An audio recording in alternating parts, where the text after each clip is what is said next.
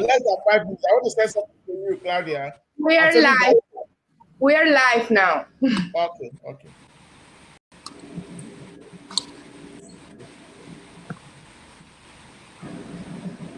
Good morning here from Havana, and good afternoon to our colleagues in Nigeria. It's a great pleasure for us to have the possibility to make this panel here in the framework of the 9th Conference of Strategic Studies organizing by the International Policy Research Center. I have the pleasure to moderating the panel, China and Developing Nations, Navigating Geopolitical Tensions and Opportunities.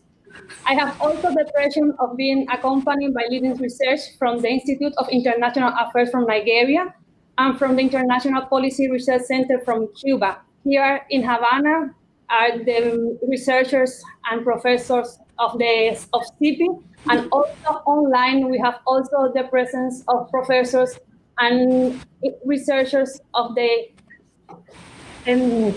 Institute of International Affairs from Nigeria. It's a great pleasure to send a big hug and greetings to our colleagues in Nigeria. This panel is a result of an exchange that we had the possibility to do during a seminar that we changed together in China. And I'm very, very happy that as a result of this exchange, we are going today this panel together, and we have the possibility to change different views and thoughts about the roles of China in the developing countries, but mainly the focus on China and on Africa, sorry. And then we have the possibility to come with experts of Nigeria, and this is one of the things that I would like to highlight about this panel. Given the relevance of China in the current international context, our conference has proposed this panel focus on China, particularly in its relation with developing countries. We have three presentations will address different topics of China's relation with Africa. As we know, Africa is increasingly occupying a prominent place in the international context, and then we have two other presentations relating of the role of China in the Caribbean region and the roles of China in the Southeast Asia. Unfortunately, we cannot have the presentation of one of the members of the panel because he had a problem at the last time, but he will send us the presentation and then we will put it in our YouTube channel after the panel, of course. Then we have 5 presentations today. The first one will be United States-China Strategic Rivalry in Africa, Competition, Why Not Cooperation, from the Professor Efem Ubi, Doctor. He's Associate Professor, Director of the Research and Studies of the Nigerian Institute of International Affairs. Then we have China's, well, this one, the presentation about the China's African laws and Efem is the one that we will present then in our YouTube channel. And then we have the presentation about the new Scramble for Africa, Liberating Development Cooperation for Economic Influence. This will be addressed by Dr. Adesuwa Osatohamwen Erediauwa, also from the Nigerian Institute of International Affairs. After that, we will have the presentation of Dr. Nicholas Idris ERAMEH, also from the Nigerian Institute of International Affairs. The title of his presentation is Africa in China's Strategic, Economic and Security Side. How can Africa shape its own destiny? And then we have the last two presentations of our colleagues from CIPI, one about the Caribbean in the crossfire of the strategic dispute, the case of CARICOM. This is a work of different authors, but the master Claudia Marie from our institute will address this presentation.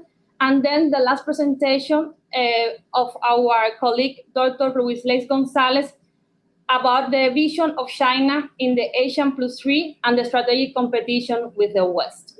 Saying that, I would like to give the floor to our dear Professor Efem, please.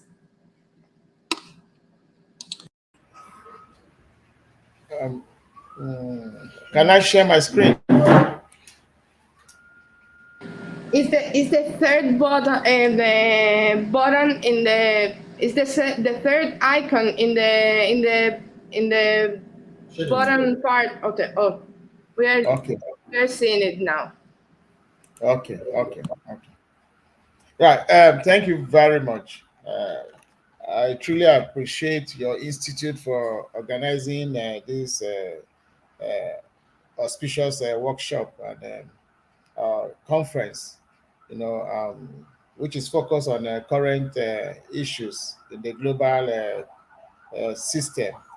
These are actually issues that needs a lot of critical thinking and also uh, needs solution too.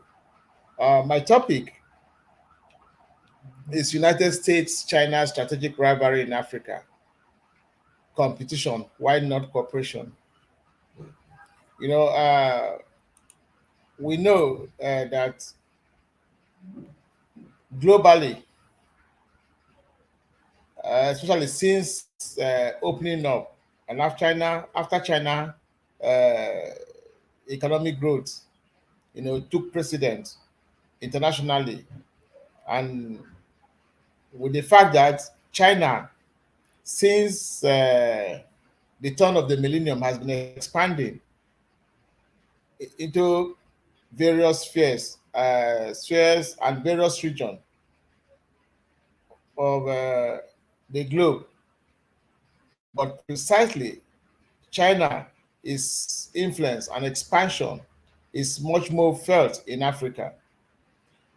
Since then, there had been great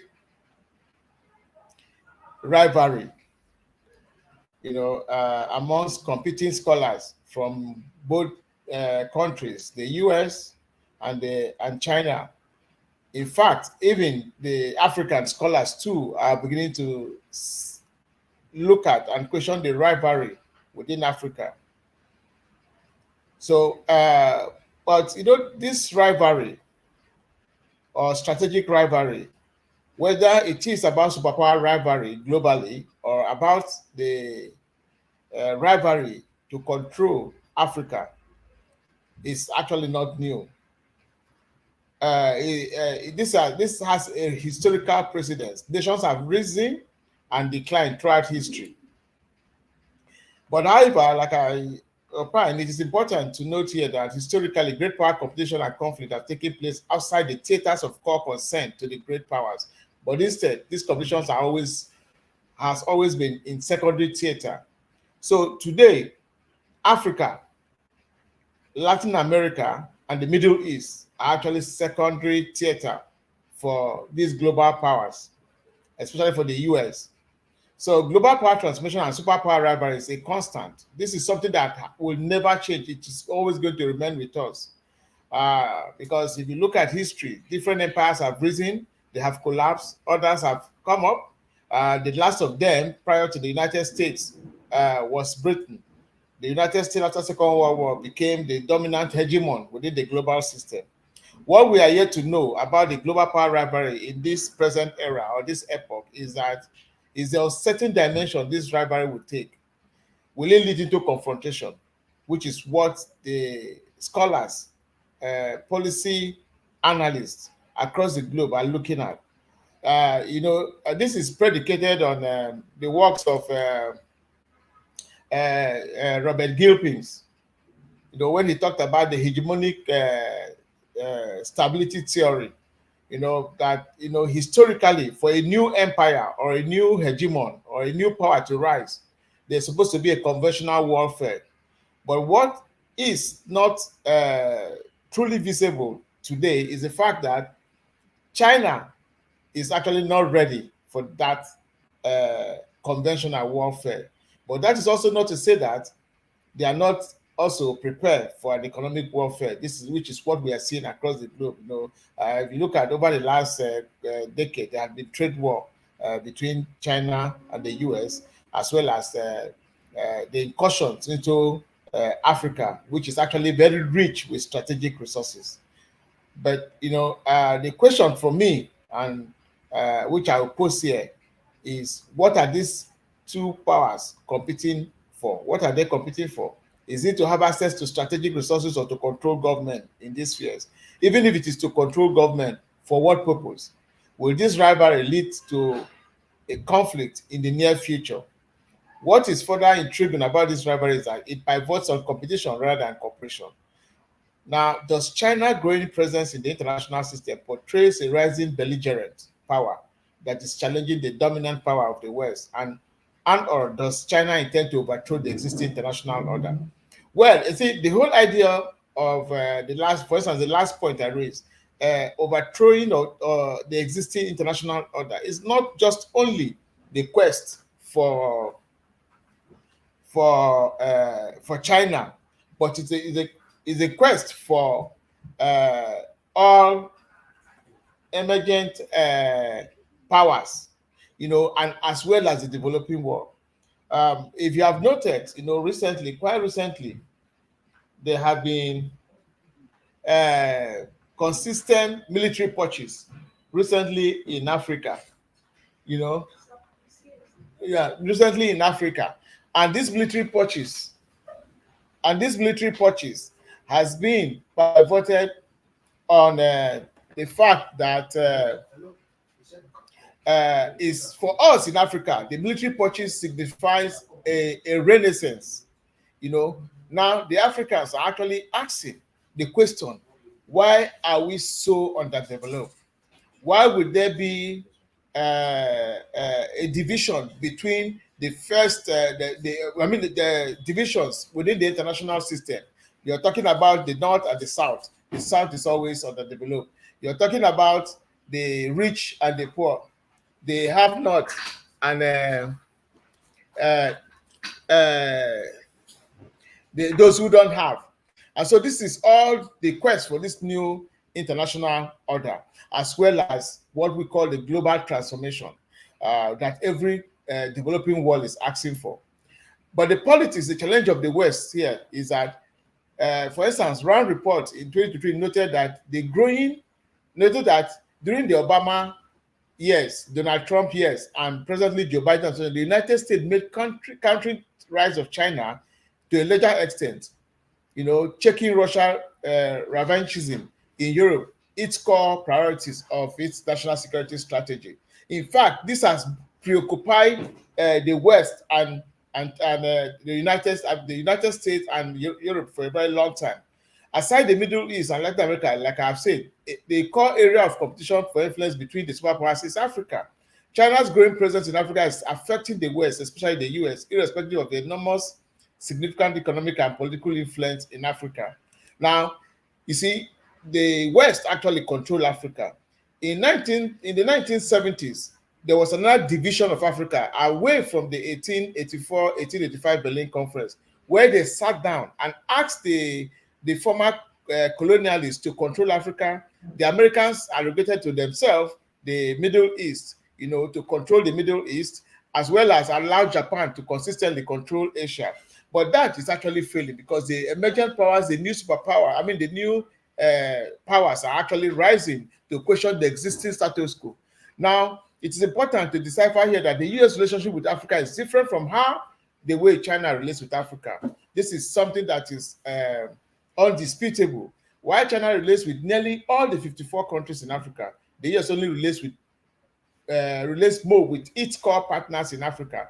This is a big problem to fostering an engagement of mutual trust with countries in Africa. For the U.S., for instance, if you look at the visits of high-level officials of the United States government, they are very selective. Most of them go to Ghana, they go to Kenya, because those are their strategic partners. In fact, we are also thinking that Nigeria is actually not a strategic partner of the U.S. Now, this is the more reason there is a dwindling U.S.-Africa relations, politically and economically, over the years. The United States trade relations with Sub-Saharan Africa remains underdeveloped because they are not actually relating with Africa the way the Chinese are relating with Africa. And so that has endeared Africa to China more than the US and other countries of the West. But I would like to say recently that there had been a new rapprochement between Europe and Africa. all EU countries are beginning to come to Africa. There's an interview that President Macron granted some few days ago or weeks ago, where he talked about that European states should begin to reconsider their stance with the United States and begin to forge their own new strategic policies for the future. So a kind of gradual shift away from the US, which has been over the last about 50, 60 decades, since after the Second World War. Now look at the trade relations to tell you that because of China's relations with Africa, the way China is relating with Africa, China has become Africa's largest development partner with trade volume amounting to almost 218 billion and cumulative investment is made to reach about 19.2 billion. In fact, the trade relations between China and Africa between 2023 and now, we've not gotten the data for 2024, is about 285 billion. But the US trade and investment total 14.2 billion. You could see the huge difference between the trade relations. Importantly, this is because we're able to get to this 14.2 billion because of the last meeting, that the US had with the US Africa strategic meeting that they had some few years ago. I think at the early weeks of President Biden's administration. Now, US trade and that of other powers. If you look at on the screen, you see that with China has taken an increasingly larger chunk of Africa's external trade, except in the petroleum sector, where the traditional colonial powers and the United States still maintain strong monopoly. Today, while China had existed had established between 1,000 to 2,000 enterprises in Africa, involving the total investment of $6 billion, China also accounts for 20% of Africa's trade, up from 10% in 2008. So you could see that China's expansion, influx, and relations with Africa is unprecedented. And I think, like the Chinese will tell you, surreptitiously, they have over the years understand how the West related with Africa over the years and be able, to play the games nations play differently from how the West has been playing over the last of over 150 years. But this is after effect of the relationship, when you talk about superpower rivalry in Africa, when you're not talking about competition, this is the after effect, it encourages extant African challenges, which is underdevelopment and insecurity. In fact, within Africa, it is actually argued that Africa must be kept underdeveloped, and insecure to be able to have access to these strategic resources. As I speak to you, West Africa is rich in uranium, and that is why you find out that all the military bases are found within West Africa, foreign military bases. But when you even look at in military terms, in defense, China does not have any base in West Africa. The only base it has is in Djibouti, and that is actually for international trade to checkmate piracy at the Gulf of Eden.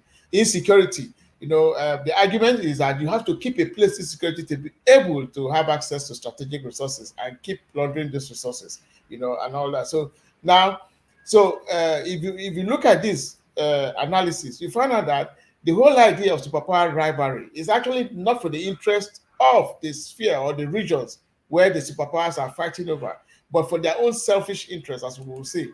Rivalry or competition over Africa is the resultant of two powers. Resultant of the fact that two powers lack genuine interests and relations with and in Africa. Rivalry is based on interest, pivoted on selfishness. They say the international system is anarchic and nations are innately selfish, just like how the Bible categorizes man, that man is innately wicked. So that's exactly the same thing with nations. And so the whole idea of rivalry is just to maintain their spheres of influence and access to strategic resources. This relationship, when you look at the rivalry, it is not based on equality. It is not based on equity and parity, which is supposed to lay the foundation for Africa's development and or to help Africa develop. And so what do we need? We need that this relationship should be more or less focused on laying the foundation of Africa. And this has to be done in concerted effort, in cooperation.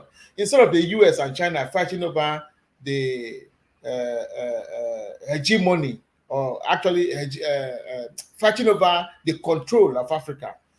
They should be looking at ways to cooperate to build Africa. Right now, Africa needs development. Africa wants to move into the fourth industrial revolution without any hiccup. I thank you for your attention. Like the Chinese would say, share, gracias. Thank you. Thank you very much, Professor Efem, for your presentation. We are living in a context of geopolitical rivalry. And of course, United States identifies China as the only competitor with economic and diplomacy and technological power to reshape the international order. And in this scenario, of course, the growing African relationship with China turns the region in a contested of a space between the two powers. And this is a situation that won't change in the near future, and of course, it's an issue to pay attention. Thank you very much for your presentation, and I would like to give the floor to our dear Professor Dr. Adesuwa Osatohamwen Erediauwa. Sorry if I cannot spell well the name. With the presentation of the new Scramble for Africa, Liberating Development Cooperation for Economic Influence. Please, Professor Adesuwa.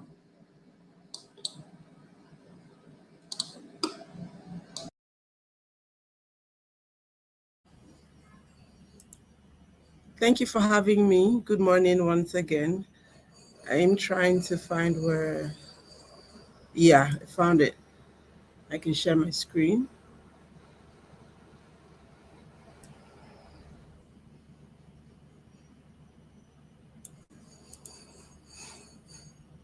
Okay.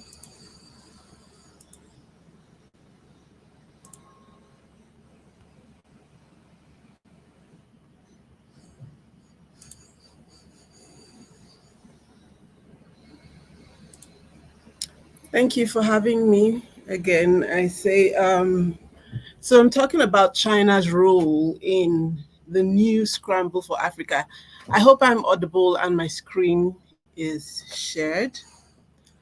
And I'm trying to bring out how China has leveraged and continues to leverage development cooperation for not just economic influence in Africa, but actually global economic influence, although my focus would be economic influence in Africa. So the new Scramble, why the new Scramble? Well, I'll just run through it because Africa is the world's youngest, one of the world's youngest continents, with the youngest population, has a growing workforce. And of course, this growing workforce presents both opportunities and challenges, right? But Africa's demographic dividend offers a potentially huge labor force, as well as a huge market that can fuel economic growth, innovation, and development worldwide. So harnessing this potential that Africa has requires huge investments, and that's what makes Africa a key focus for a lot of global economic interest. And that's what is causing what we're calling, what some scholars call the new Scramble for Africa. Quite different from the 19th century early Scramble for Africa, where colonial powers divided and colonized Africa. This contemporary Scramble is a vie for natural resources, a vie for markets, it's a vie for everything economic. So it's characterized by development, cooperation, trade partnerships, and investments, and not outright colonization as we saw earlier. And there are key players in this new Scramble for Africa. And now with China recently reported as the #1 choice for economic collaboration by Africa, China stands as the #1 player in the new scramble. So China is the #1 player. It has overtaken the United States, which is now the #2 player. While we're focusing on China, so briefly about the US. The US previously had focused on promoting democracy, security cooperation, and combating terrorism, and it also had an approach that was very invasive, interfering. The EU is also a player in this scramble. And like Prof mentioned, the EU is renewing its interest in Africa. And I feel personally that a lot of this renewed interest by these countries is because of what China has done in Africa, especially with its win-win model. Russia is also a power that has re-entered the arena, that has re-entered Africa. And its strategy, while covertly, is to weaken Western influence. Overtly, its strategy is to forge military and political alliances, especially in mineral-rich regions. So, but it's safe to say that every player has their economic interests at driving them. There are also other emerging actors. There are other emerging actors, and this is my picture on the next slide. Though we are not focusing on a military cooperation, but the fact that we have about 13 countries with military bases. The US alone has over, I'm not sure right now, but we have about 13 countries with military bases in Africa. China is based just in Djibouti, and its claim is that it's protecting its interests, which we will not argue about that right now. But the point is that a lot of countries are entering in this new scramble. We can see Germany, Russia, okay, I mentioned Russia, Saudi Arabia, India, the United Arab Emirates, Turkey is also, India. A lot of countries are participating and now entering this new scramble for Africa. However, our focus is on China. Our focus is on China. China has a long history of, although there's a modern history that starts at about 1970, but history tells us that there's the medieval or pre-colonial and the pre-colonial era of the 15th, 16th, 17th century, where the emperor, the Yuan dynasty, they established Chinese traders explored, their old maritime Silk Road across towards the east coast of Africa. Then there's the colonial era, and in that era, China played a role in more of in solidarity with African countries and their quest for independence. China itself had undergone a revolution, so they could stand in solidarity with Africa. And that was the colonial era. And then in the post-colonial era, after the 1960s, China also supported a number of movements, liberation movements as well.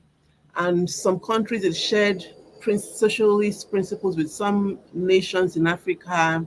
And also it was in this era that China started to build relations with African countries and offering economic, technical, and military assistance to support their liberation efforts and revolution efforts. And it started to also demonstrate its Africa-oriented foreign policy by visiting Africa. I visited Algeria, Ethiopia, Ghana, and some other countries. And then in the post-2000s, China started to make significant expansion in the 2000 and beyond. The FOCAC, the Forum on China-Africa Cooperation, was established in the year 2000, and I mean we already saw from the last FOCAC that in these last 24 years, China has solidified its engagement and its influence over the African continent. So it's safe to say in this period too that China's focus shifted to economic diplomacy, to infrastructure development, away from its strategy of solidarity. So yes, well, the focus is on China and its economic engagement with Africa. And what stands as an icon of China's economic engagement is the Belt and Road Initiative. However, it's important to note with regards to trade, which doesn't necessarily cover, the BRI doesn't necessarily cover, China has become Africa's largest trading partner, and it has surpassed the West. It's Africa's Western partners in doing this. Of course, the BRI shows us that China is a major investor in infrastructure projects across Africa. You know, it has this global infrastructure development strategy that aims to enhance trade and connectivity, not just across Africa, but Asia and Europe. And since Africa's inclusion into the BRI, it has provided it has provided Africa with access to Chinese capital funding, to expertise, to technical know-how, and expertise for large infrastructure projects. China's infrastructure development and its investment in Africa using under the BRI has seen over 12,000 kilometers of road and rail track, around 20 ports, about 80 power facilities, and a lot of key infrastructure projects in Africa, the Mombasa Railway, the Djibouti Free Trade Zone, the Ethiopian Rail. In Nigeria, we have our Lagos Calabar Rail, and a lot of that. I'd like to say that the Chinese strategy, of focusing on China was able to also focus on countries that were not resource rich economies. And for example, Ethiopia, we have some of all those East African states that, especially Ethiopia, stands at a shining example of how China's investments in Ethiopia has turned it into a commercial powerhouse, an economic powerhouse in Africa. So we're speaking about trade. China-Africa trade is the largest trading partner, with surpassing 200 billion in the last 20 years. China primarily exports raw materials and into Africa, exports raw materials into Africa and exports raw materials from Africa. And Africa imports manufactured goods, which leads to a heavy trade imbalance. And this is something that critics have picked up on with the China-Africa relations, the heavy imbalance in trade. Also, China has invested in key sectors, for example, the mining sector. China is, as well as other partners like the Western partners, China is interested in Africa's minerals for its own industrialization. China has been heavily dependent on exporting raw materials from Africa, which is what fostered its it's a heavy involvement in the mining sectors across Africa in many rich resource countries, not just Zambia and the DRC. Also, China has investment in renewable energy. This can be said to be as a result of the heavy criticism from the West of China's approaches and methods of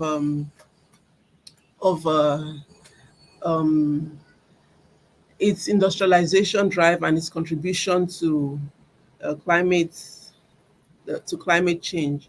So in more recent times, China has invested in renewable energy projects like in Africa as well as in its country. For example, the hydroelectronic dams in Ethiopia, solar farms, and also skill acquisitions for a lot of Africans in solar.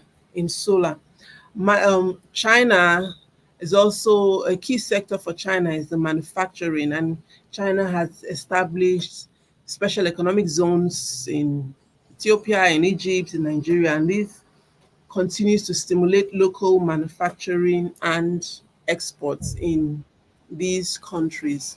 So development cooperation, funding of infrastructure projects, provision of loans to also fund infrastructure projects has been the major tool that China has used for economic influence in Africa. China provides low interest loans for infrastructure development. A lot of these low interest loans are linked to natural resource concessions, natural resource for repayment for loan, like it's doing with Niger now, oil, and even Nigeria, oil for loans. Also, that is also part of its resource for infrastructure model that has been criticized heavily by the West, and we're going to get to that. Angola is also a poster child for this model. Angola is a top exporter to China in Africa, as well as the DRC is also one of the beneficiaries, or should we say one of the partners in this model. They've adopted a resource for infrastructure model where Chinese investment in infrastructure is repaid using minerals, especially oil. While, as the critics have said, this model provides benefits, immediate benefits for Africa's infrastructure, which it suffers a great deficit in, there are also risks for long-term debts, which we'll discuss briefly. So I'm still talking about looking at the economic engagement of China in Africa. I have some graphs here that I want to show you, and this is the Chinese loan commitments to Africa over the period of the last 2,000 years. It stops at 2022. And we see that I'm sorry, I don't know if you can see the key, but on my screen, the key is covered. The red is Chinese loans to Angola, while the blue is Chinese loans to the rest of Africa. But each bar represents Chinese loan commitments to Africa, and the red brings out its loan commitments to Angola. And this is primarily because its commitment to Angola is quite a lot, primarily because Angola is its major export partner. Africa's loans in 2022, I think it stands around $182 billion. And in that year, in that same time, Angola accounts for about $50 billion. Angola alone accounts for about $50 billion. And so we see that the steady growth of Chinese loan commitments to Africa, and some periods of surge. That 2016 surge is accounted to its major investments in South Africa energy sector. Then this is the total China to Africa FDI stock over 2013 to 2022. 2013 to 2022, we see the loans, this is not loan, I'm sorry, foreign direct investments dropped in 2015, 2016, and also in 2022. In recent times, the Chinese recession has seen a reduction in its pace of lending and investment. But with the recent engagement in FOCAC, that figure has, I don't have that pictured here, but that figure has increased. In FOCAC, in the last FOCAC, the Chinese government committed about $40 billion in 2021, precisely $40 billion commitment to Africa. But in September's FOCAC, we see that the President Xi Jinping has increased that commitment to $50 billion over a wide range of sectors, about 10 sectors. And we are particularly excited about not just infrastructure, its usual model of infrastructure development, but there's also an emphasis on human capital projects and human capital development. There's an emphasis on increasing academic exchanges. There's also an emphasis on reducing the trade deficit, the trade deficit, and increasing opportunities for African exports into China. And then we see here total China Africa FDI stock by sector. So what are the sectors that China is investing more in Africa? And the top is the construction. It's construction, with 30% of FDI going to construction, and 25% of FDI going to 20% of FDI going to mining, 11% going to manufacturing, 10% to financial intermediation, about 1% to scientific research, 3% to leasing and commercial activity services, and 25%, 30% is other sectors combined. So the top 5 leading sectors that receive Chinese investments, the top 5 apart from other sectors, is construction, mining, manufacturing, in that order, financial intermediation, scientific research.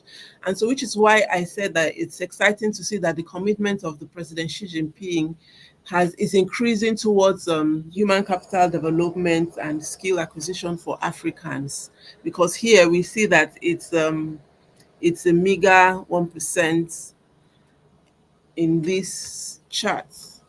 The next chart shows us Africa's trade with China over the period of 2000 to 2022. Again, I don't know if this is, I think I can hide it. Yeah, sorry about that. So this chart shows total African trade with China. The light blue represent the exports and the dark blue represent the imports. And we can see that with regards to imports, manufacturing imports is actually driving Africa's international trade with China, and raw materials, the minerals, is driving Africa's exports to China, which is what brings the trade volume to this heavy imbalance of higher imports and less exports. I really wanted to speak to the graphs that I had. I was comparing U.S. economic relations with China, but maybe when I'm done, we can go back to that. But this is also a chart, a line graph that is also highlighting Africa's trade with China, and over the same period, 2000 to 2022. The red line indicates the balance of trade, and we see a heavy imbalance in a deficit that in favor of China, because Africa's exports, Africa's imports from China far outweighs Africa's exports to China. And again, we see why President Xi Jinping, in his statements and recent efforts, are at driving increased imports to China. So I'd like to highlight what are the strategies that China has taken in its use or in its leveraging of development cooperation to wield such high economic influence over Africa and some other parts of the developing world, the South, the global South specifically. China has operates a no strings attached policy, and this highly contrasts with the Western approach, where there was a lot of interference, political interference, economic interference, and so on. And alongside the terms, the economic terms of as the interest of these loans, China offers low interest rates. China also praises no strings attached, that has been attractive for a lot of African countries. There's also a huge focus on infrastructure development, and Africa, with a huge infrastructure deficit, needs to drive infrastructure development to improve its industrialization and its economic development. So China's strategy of focusing and continuing to focus on infrastructure development makes it economic partner of choice. China also offers concessional loans and grants to support projects, and as well as technical assistance and capacity building programs are some of its strategies that it employs in key sectors, which we had seen with the graph. The key sectors in natural resources, infrastructure development, telecoms, and manufacturing, in no particular order. We had seen the order earlier, and the order was mining before natural resources, before manufacturing. But the key sectors that China operates in, natural resources, oil and extraction of minerals, infrastructure, building roads, rail, ports, then of course trade facilitation using its special economic zones, telecoms, and manufacturing.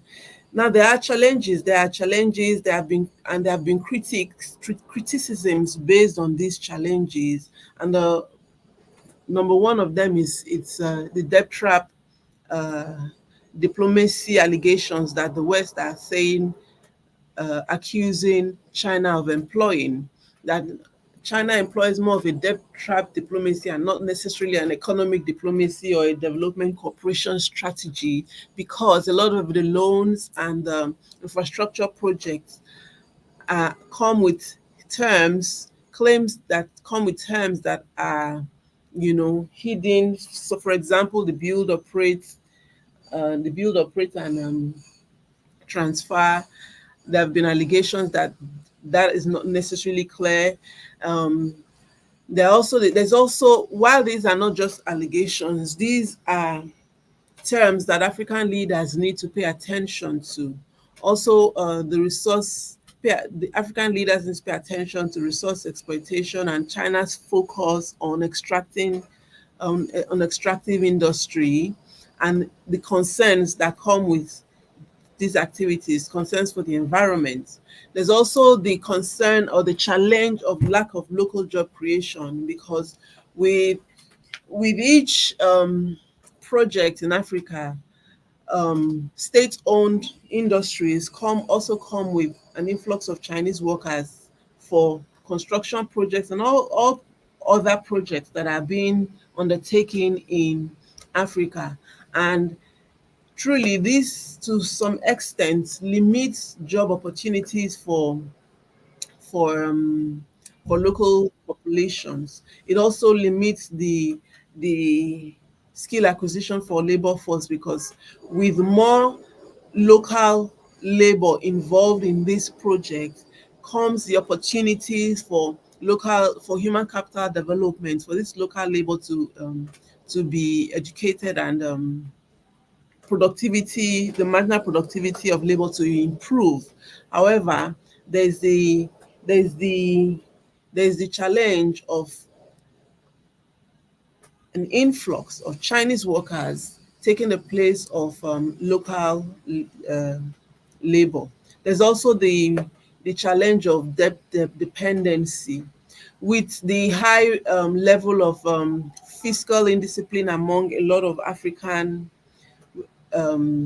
leaders, there's that challenge of debt dependency, where development loans can lead to heavy debt burdens, and instead of focusing on industrialization and improve and diversifying of trade, African leaders can tend to be dependent on aid from China. So the BRI has also been criticized for creating these debt traps, although these are to a large extent claims, because African leaders continue to choose China as their preferred development partner. There's also the challenge of political interference, although China has a policy of non-intervention or non-interference, but there are some conditions where it may be necessary for China, for Beijing to interfere in, if not in the project, but if not in the governance, but in the project. Uh, Before I say that, I'd just like to quickly say that what is the posture for Africa? What is the posture for African leaders? What is the strategy given this? There is consensus that China is preferred for its development cooperation. China is the preferred partner for Africa's future of infrastructure development and industrialization. However, there is the role to play of Africa and its leaders, and for Africa to become a more significant actor in the global arena, and not just a receiver, there must be tangible process of industrialization. This is very important because Africa is a hotbed, or it's the rest of the world, the major powers and even the emerging powers are vying for Africa, mostly because of Africa's mineral resources. However, these mineral resources are mostly non-renewable. They are depleting, and if Africa does not use its resources, its abundant resources equitably, then especially for industrialization, then it's a net loss to Africa. It's a net loss to Africa. So there must be intention in industrialization, which will elevate masses of people from poverty. And to a large extent, I'll add that China appears to provide this over all the development partners over the years.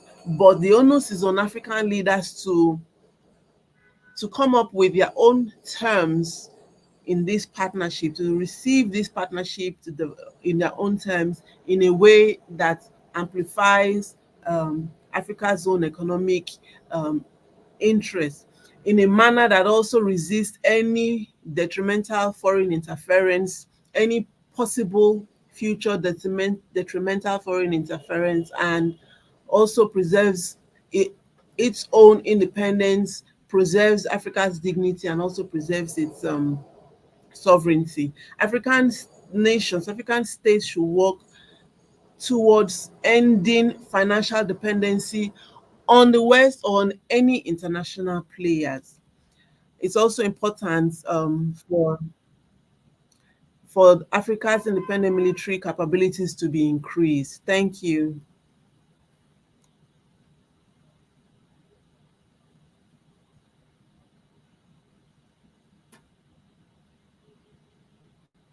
Thank you very much. Thanks to you, Professor Adesuwa, for the relevant information given in your presentation about the presence of China in Africa, mainly in the economic sector, but also China's strategy to increase its influence in the region, topics that are of really important. We also want to highlight your analysis about not only the presence of China in Africa, but all of the challenges that this relationship has for the African countries. I would like now to give the floor to our colleagues, Professor and Dr. Nicholas Idris Eremhan and Olumayowa Albert, who are the ones who address the next presentation titled Africa in China's Strategic, Economic and Security Side. How can Africa shape its own destiny? Please, you have the floor.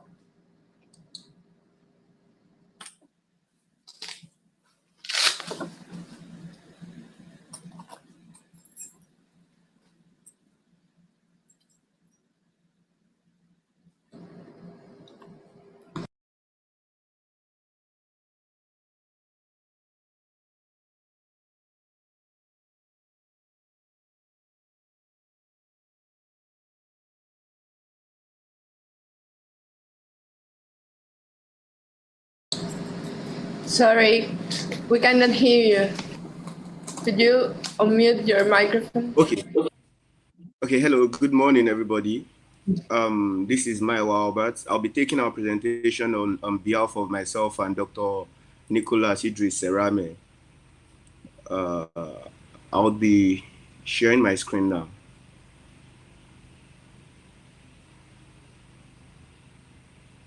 Okay.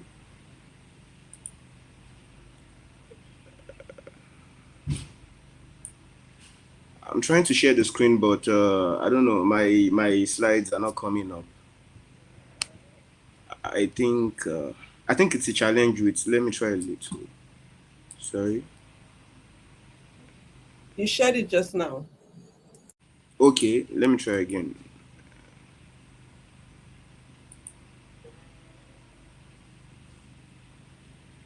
Sharing, now go to the slide. Yeah. Okay. Can you see it? Yeah. I think you've shared it now. Yes. Okay. Good morning, everybody. My name is Maiwa Albert. We are presenting a paper on Africa in China strategic, economic and security side. How can Africa shape its own destiny? This paper is by Dr. Nicholas Idris ERAMEH and myself, Maiwa Albert of the Nigerian Institute of International Affairs in Victoria Island, Lagos. By way of introduction, I'll be identifying the relationship between Africa and China has evolved significantly over several decades. It has been crafted economic ties and strategic partnership. Africa is trying to assert its agency on the global stage, trying to create a new identity for themselves as a developing country, as a competing state, and they're also trying to assert their influence in the United Nations, trying to vie for a permanent seat, permanent representation in the United Nations Security Council. And Africa's relations with China actually has an influence on the future prospects of the continent itself. So, drawing from experiences that Africa has had from colonialism and imperialism, and then the new imperialism that followed, this paper is based on dependency theory. Because we tried to see how the relationship with China these days are looking very similar to the relationship that African countries had with their colonial, leaders in the past. China has emerged as Africa's largest trading partner, as rightfully claimed by Dr. Adesuwa. The trade volumes are reaching approximately $254 billion as of 2021. I think Professor Ubi mentioned that. China's investments in Africa have been covering areas like infrastructural development, mining, energy sectors, and so many other, human endeavors that I'm sure Dr. Adesuwa rightly took us through. She also identified that critics argue that Chinese investments are leading to a debt dependency that are actually affecting African countries, and a lot of African states are complaining that these Chinese investments are undermining local investment. So to navigate these complexities, this paper thinks that African nations need to develop different strategies, that can help them prioritize their sustainable development and, empower their localities, to empower the people in the states at municipal levels, at subnational levels, so that they can gain rather than lose from the relationship that they're currently maintaining and developing with the Chinese government. The influx of Chinese investment has also led to, increased security cooperation in some African states. Many of them have sought security assistance from China. China themselves have found reasons to be militarily involved in Africa. They have been participating in issues of counterterrorism and counter-piracy, and they have been engaging with different African leaders on various security issues. And these are also raising questions on the future of such relationships, considering our past and the future that Africa is trying to forge. The study is based, like identified earlier, on dependency theory. And the reason is because Africa has had a similar experience with a superpower that came to Africa, America and a host of other countries that had colonial interest in Africa. So when applied to the China-Africa relations, dependency theory offers insights into how these interactions can perpetuate and challenge existing power dynamics. Because we've seen powerful people come before, and we've seen what happened, to the continent after they left. So we are beginning to wonder at this point in time that Africa is trying to change their identity from that, undermined economy, from that underdeveloped economy to a competing economy. We are trying to look at how the dependency on China is likely to look like what we've had in the past, and how we can, take lessons from our past experience to edit this current relationship, to maintain this relationship in such a way that it will be mutually beneficial, and it will be really, really beneficial for the future of Africa. Dependency theory, like many political scientists understand, came in the 1950s as a critique to modernization theory. Modernization theory has always believed in linear development, that development comes from, the underdeveloped countries looking at, developed countries as models of development, and we try to merge them in terms of education, in terms of industrialization, in terms of banking, communication, and whatnot. But, dependency theory is saying that as we are trying to move from this rudimentary phase we are, this underdeveloped phase we are, to the fully developed state, that we are actually going through a phase of dependency where we can not survive, we cannot grow unless we survive, we depend on these superpowers. And then these superpowers are maintaining the relationship in a way that it is not mutually beneficial. It is beneficial only to them in the regard that they are gaining more, they seem to be benefiting more than the relationship. While we think we are modernizing and growing, these guys are actually taking away a lot of our resources, and that's what dependency theory is trying to discuss here. So I won't waste too much of our time there. The methodology of the study was exploratory in design. It utilized qualitative forms of data to deliver its arguments. It relied on secondary sources of data that included textbooks, journals, newspapers, magazines, and other publications available in open sources of data collection. Data for the study were analyzed using the content analysis of the qualitative methods. Now, jumping into the main debate, of the paper, the reason why we are here, we should start by understanding why Africa is important in this study, because we are talking about superpowers coming into Africa, about China coming to Africa, the new scramble for Africa, and all of these things that have been described by Dr. Adesuwa and Professor Efem Ubi. But the truth is, Africa is honestly, endowed with a vast array of natural resources. In fact, about all resources that are needed by all superpowers, most of them come from Africa. Africa is blessed with solid minerals, oil and gas. The continent holds about 30% of all the world's mineral reserves. All of the world's 30% can be found in Africa alone. And we're talking about 40% of the world's gold, about 60 to 90% of cobalt, diamonds, platinum, and uranium. We're talking about 65% of the world's arable land. Africa has huge gas reserves, oil reserves, 8% of the world's natural gas, 12% of the world's oil reserves. Countries like Nigeria, Angola, Equatorial Guinea, and co are leading producers of oil and gas. Democratic Republic of Congo has 70% of the world's, cobalt. Zambia is performing very well in cobalt production. Botswana and Morocco are also producing a lot of cobalt. So if Democratic Republic of Congo, Democratic Republic of Congo has 70% of the world's cobalt deposits. It means, Zambia, Botswana, and Morocco are also covering up the remaining 30%. So we can see that we almost have a monopoly in cobalt. And then we have, lithium, which is also a great energy source, for all the batteries they're using for these renewables, these vehicles and all of them, the phones, they all come from Africa. This is just to highlight, a cross-section of the immense potentials that are in abundance in Africa.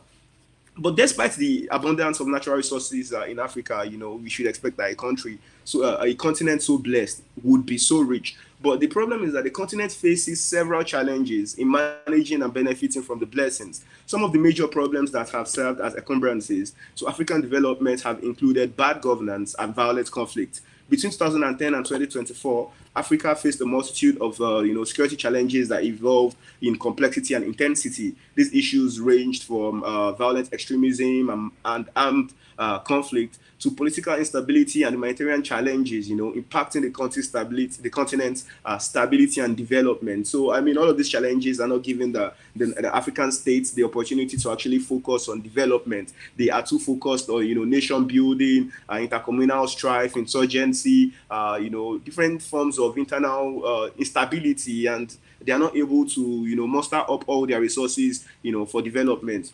The past decade has also witnessed a dramatic increase in violent extremism across Africa, particularly in the Sahel and the Horn of Africa.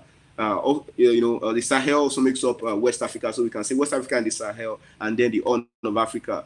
Groups, affiliated particularly to the Islamic State, and Al-Qaeda have expanded their influence. They've left the Middle East, they've left the Arab Gulf, and they are now incursioning into Africa. They have found a safe haven in many West African states and Sahelian states, and they are creating a lot of, terrorist insecurity problems, security challenges in those areas that are really difficult for those governments in those states to manage. And since 2021, records have it that fatalities are attributed to those insurgencies and those internal security problems have actually increased, particularly in countries like Burkina Faso, Mali, Niger, and Nigeria. And these challenges are even leading to governance challenges that already incapable democratic governments are now being ousted by military juntas, and it's creating a problem where the governance challenges are even getting worse because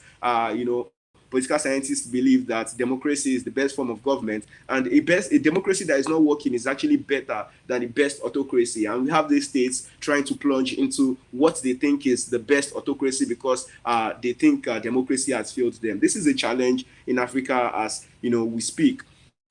Still speaking about Africa's security challenges, we can blame these challenges on weak governance, on socio-economic factors. Despite the huge potentials in Africa, the economic abundance in Africa, there's still high unemployment, there's poverty, lack of educational opportunities, so many challenges, so many structural challenges that are really affecting people, lack of social justice, lack of access to good health, poor transportation infrastructures, and all. These are amongst the problems that Africa is having in addition to regional conflicts. We are still having wars in countries like Libya. We still have wars in countries like Sudan. Every now and then we have flashes of conflict in Congo. There are pockets of violence here and there in Africa, and all of these problems are making it difficult for the government to actually sit down and think about development holistically.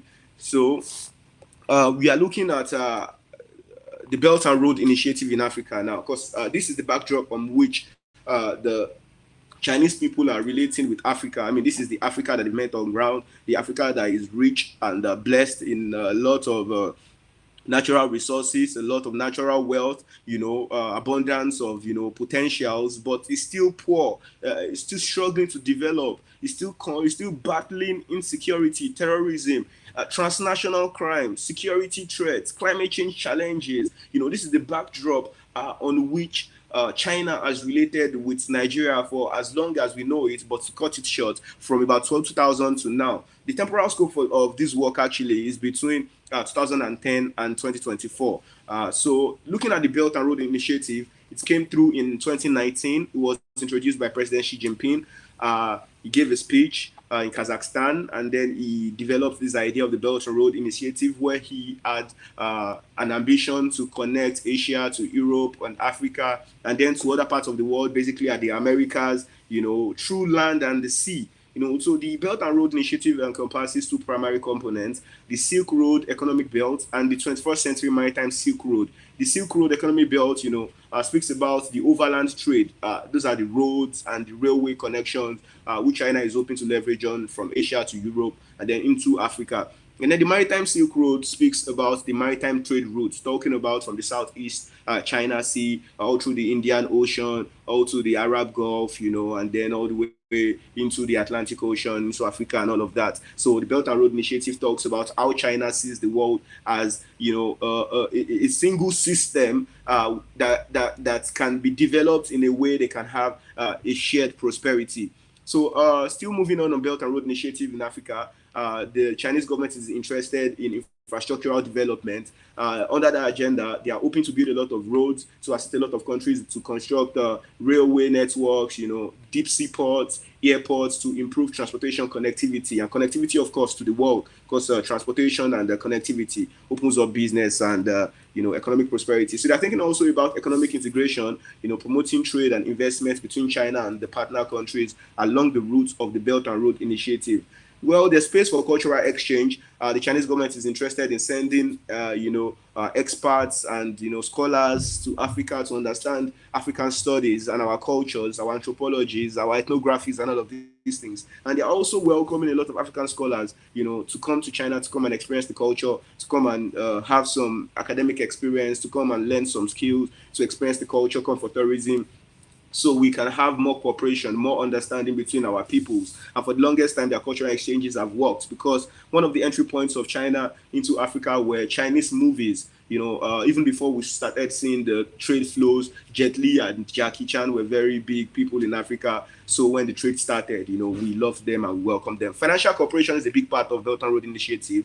The Chinese people have been looking for ways to assist Africans to finance their projects. They are looking for ways to help Africans to market their raw materials. They are looking for ways to help to fund Africans to manufacture their products from the raw states they are into semi-finished or particularly finished products. They are helping Africa as well, to transport all these goods and services. So in this regard, there's a lot of financial cooperation going on, a lot of transfer of funds into Africa, into Asia, capital importation and, profit exportation, and all of these things have been going on under the Belt and Road Initiative. And as of 2024, in the world, about 150 countries have signed agreements or expressed interest in participating in Belt and Road Initiative.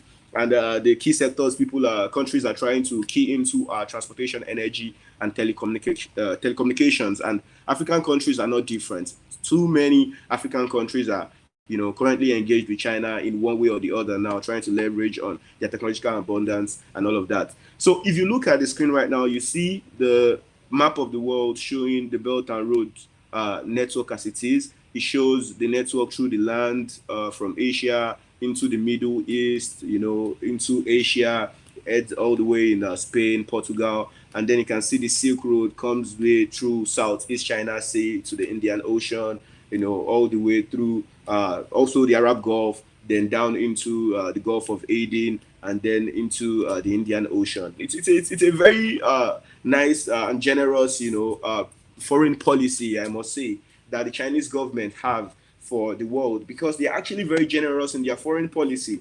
The Chinese states, China came late to the party of civilization, as you will say it. They are not a first world country. They are a developing country. So the fact that they came late means that they have come with a lot of goodwill that, they were not able to share in the past. Countries like America, France, the United Kingdom, Belgium, and all of them have a long history of funding projects in Africa. They have actually done all of this kind of exchange with Africa, developing Africa's telecommunications, infrastructure, education, and all of this. But they've had a lot of, bitter experiences in Africa, talking about inability to repay back these loans, corruption in Africa, and all of that. But China still has a lot of goodwill. They are still excited about relationship. They are happy. They are in engagement with Africa. They're trying to solidify that bond. So they are always willing to do more for Africa. Of course, it's a mutually beneficial relationship, but they are still excited about Africa and they are willing to do more. So in Africa, the key sectors that are financed by the Belt and Road Initiative include transportation, energy, mining infrastructure. Dr. Adesuwa already took us through this, so I shouldn't be going through because he even did a better job in that area. You know, the notable growth of Chinese construction enterprises in Africa was made possible by increased Chinese investment in the continent. Chinese engineering and construction companies have been leading in this regard. They've been operating in Africa and they've seen a steady increase in their gross annual revenues, you know, since 2015. Okay, I think that the revenues peaked. The revenues of the Chinese engineering and construction companies in Africa peaked in 2021 at $37 billion. I'm sure that was how much they were able to accrue at the end of that business year. But the top 5 nations in which China are engaging through the Belt and Road Initiative in Africa are Nigeria, Algeria, Kenya, Angola, and the Democratic Republic of Congo, you know, combined to generate about 40% of the gross yearly earnings from African construction projects for all Chinese enterprises. So, okay, this is not in terms of trade volume, because I think it's a little bit different from what Dr. Adesuwa said, because this is construction. While Dr. Adesuwa's hierarchy of the relationship, you know, was based on the overall volume of trade between them. I think this top 5 nations in 2021 that I identified here was speaking about in terms of construction, the countries in Africa where China has the most construction projects, and they are Nigeria, Algeria, Kenya, Angola, and lastly, the Democratic Republic of Congo. So this graph here shows the relationship, the BRI, the Belt and Road engagement, you know, between China and African countries by highlighting the sectors, you know, the sectorial engagement. The transportation sector seems to be the highest place because they are building so many seaports, they are building so many airports, they are building so many railway networks, they are repairing so many roads, they are constructing so many bridges in Africa. Transportation is the lead. Engineering is energy is there because the oil and gas servicing industry is huge. You just can't get the oil and gas out of Africa. You just can't get the cobalt out of Africa. You can't get the lithium out of Africa. You need to bring in some, you know, engineers to come and service,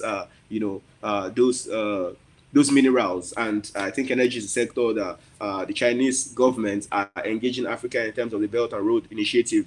Metals, real estate, other endeavors, agriculture, utilities, what have you not on that list? Because China is, you know, engaging Africa in so many ways, as many ways as possible to ensure that they are pushing their stance as a global power.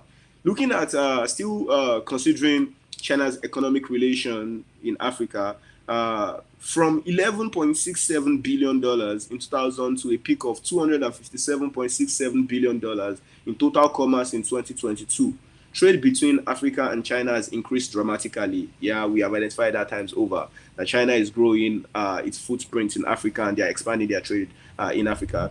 China has now surpassed the United States of America and the United Kingdom as the primary economic partner of several African nations. The main form of trade between China and Africa is exchange of raw materials for finished goods, and that's because African countries are poor and many of them don't have money to actually fund many of the things they want from China. Of course, the manufactured products are paid for most times by the private sector, but when it comes to infrastructural projects, many countries that most often than not, that most times don't have the money, usually make payments using their raw materials. They exchange their raw materials for development projects. 89% of Africa's exports to China in 2000 and between 2000 and 2022 were in the extractive sectors. We can see now that what the Chinese governments usually take from Africa are usually extractives, raw materials, mineral resources, natural resources, and this include oil, copper, iron ore, aluminium,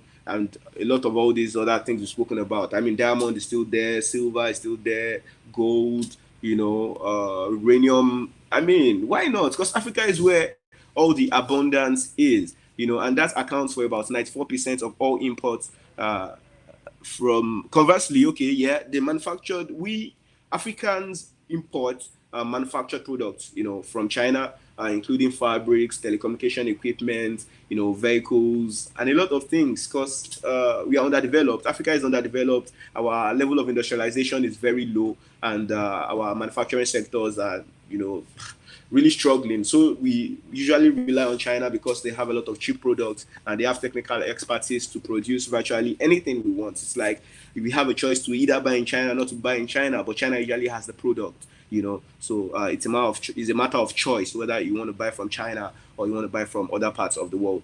An estimated $170 billion in loans were given by the Chinese lenders to sovereign borrowers in Africa between 2000 and 2022. Of these, 134 billion came from China's two main development finance institutions, the China Development Bank and the Export-Import Bank of China. So we know that as part of the Belt and Road Initiative, the interest, we know that financial cooperation is a big part of it. And in that regard, a lot of money has been given to African countries to fund their projects. Sometimes these loans are to be paid back later. Sometimes they are to be paid back in kind.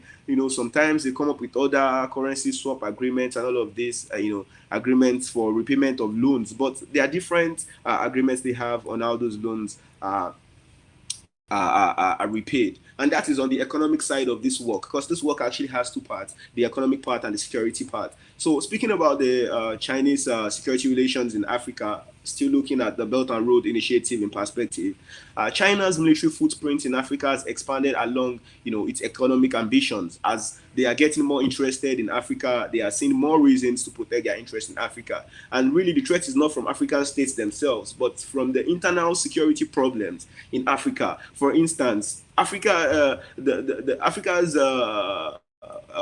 problem of piracy, particularly in the Gulf of Aden, became so troubling that in 2008, the Chinese government looked for a way to start, scanning the African continent for a possibility to have a military base there. It was as a result of the piracy, from Somalia in the Gulf of Aden and all of this that made China think about coming. So it wasn't like China was directly threatened by a state or by a non-state armed group in Africa. No, it wasn't about that. It was just about their trade, freedom of passage, and that area in the Gulf of Aden is really notorious. More than 6 leading world powers have their bases there: the United States, the UK, the Russian government, the Chinese government.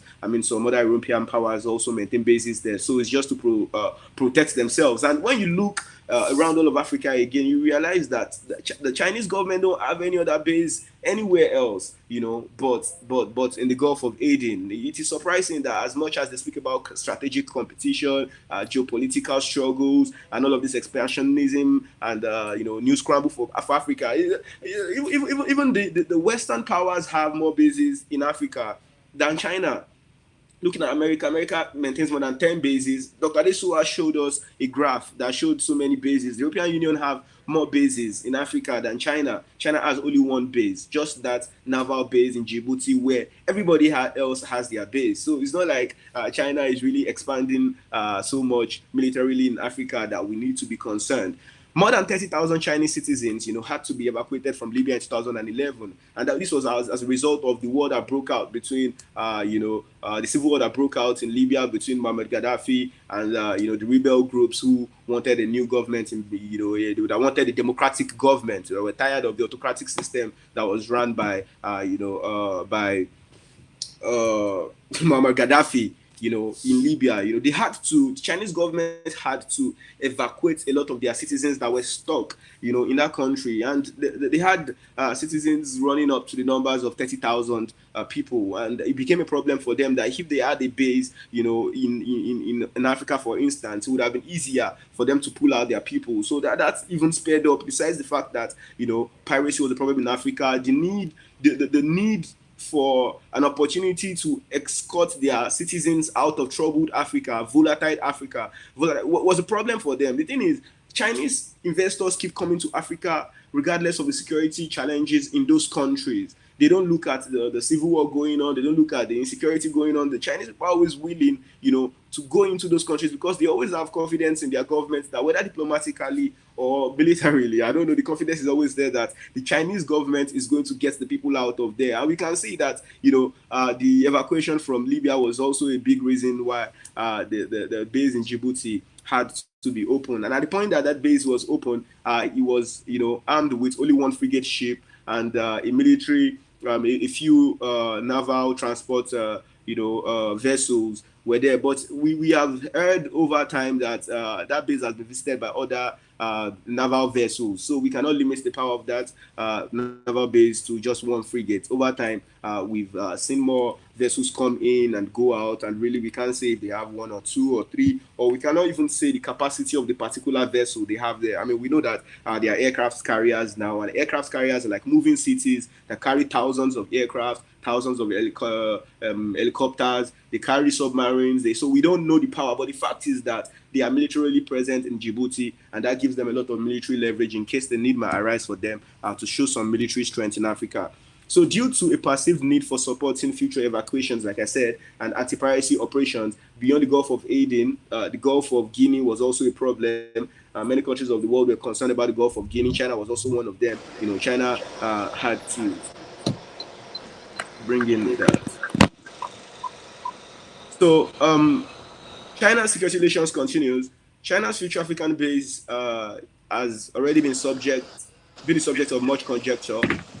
Angola, Equatorial Guinea, Kenya, Tanzania, and Seychelles have all been considered as potential locations for other, Chinese bases. In the future, if China is considering having other bases in Africa, they are considering having those bases, in either of these countries, Angola, Equatorial Guinea, Kenya, or Tanzania, even Seychelles, so they can have some more military advantage on the continent. But we should remember that military bases are different from the police stations that were uncovered in Africa, because it was also uncovered that the Chinese government have police stations, in Africa, where they try to enforce Chinese policing agenda in Africa. I mean, this is not to target African citizens, but to target their own citizens who might be in Africa, violating different aspects of the Chinese constitution, or maybe even the municipal, the domestic constitution of the states where they are in. I think such police stations were uncovered in Nigeria, in Benin, in Nigeria. One was uncovered in Algeria, and I think a third was uncovered somewhere. I might not remember now, but as the work goes on, might come to my head and I might bring. So the Chinese government have been uncovered to be maintaining police stations. Police stations in Africa. So China is undoubtedly shifting from non-interference towards asserting itself as a major military force in Africa. Usually they were not interested in internal affairs of states, but as it seems now, with their interest in in military bases, in police stations, scanning the horizon for possible, for newer bases, it means that they are really trying to expand, their foreign policy from the non-interference agenda to, infusing themselves militarily on the continent. So I wouldn't waste time here, but African militaries have a lot to gain. African governments have a lot to gain from China in terms of, the technological abundance that China has. A lot of African states, like we mentioned earlier, are fighting insurgency, they are fighting terrorism. Many countries might still be feeling some forms of interstate threats, but China is there with a lot of technological abundance to provide us with the kind of weapons we don't have to fight our wars. Like I said earlier, Africa is industrially poor, we are industrially incapable, our technological advancement is low, so we don't have the technological, ability to produce the kind of weapons we need to fight our wars. We don't have the abilities to make enough, small arms and light weapons, operational vehicles, artillery weapons, missile systems, drone systems, and all of these weapons that you need to actually prosecute wars and win, for legitimate governments to prosecute wars and win. But by keeping a close relationship with China, countries are able, legitimate sovereign governments are able to leverage on that relationship, and enjoy a lot of military support from China, particularly in terms of providing them with the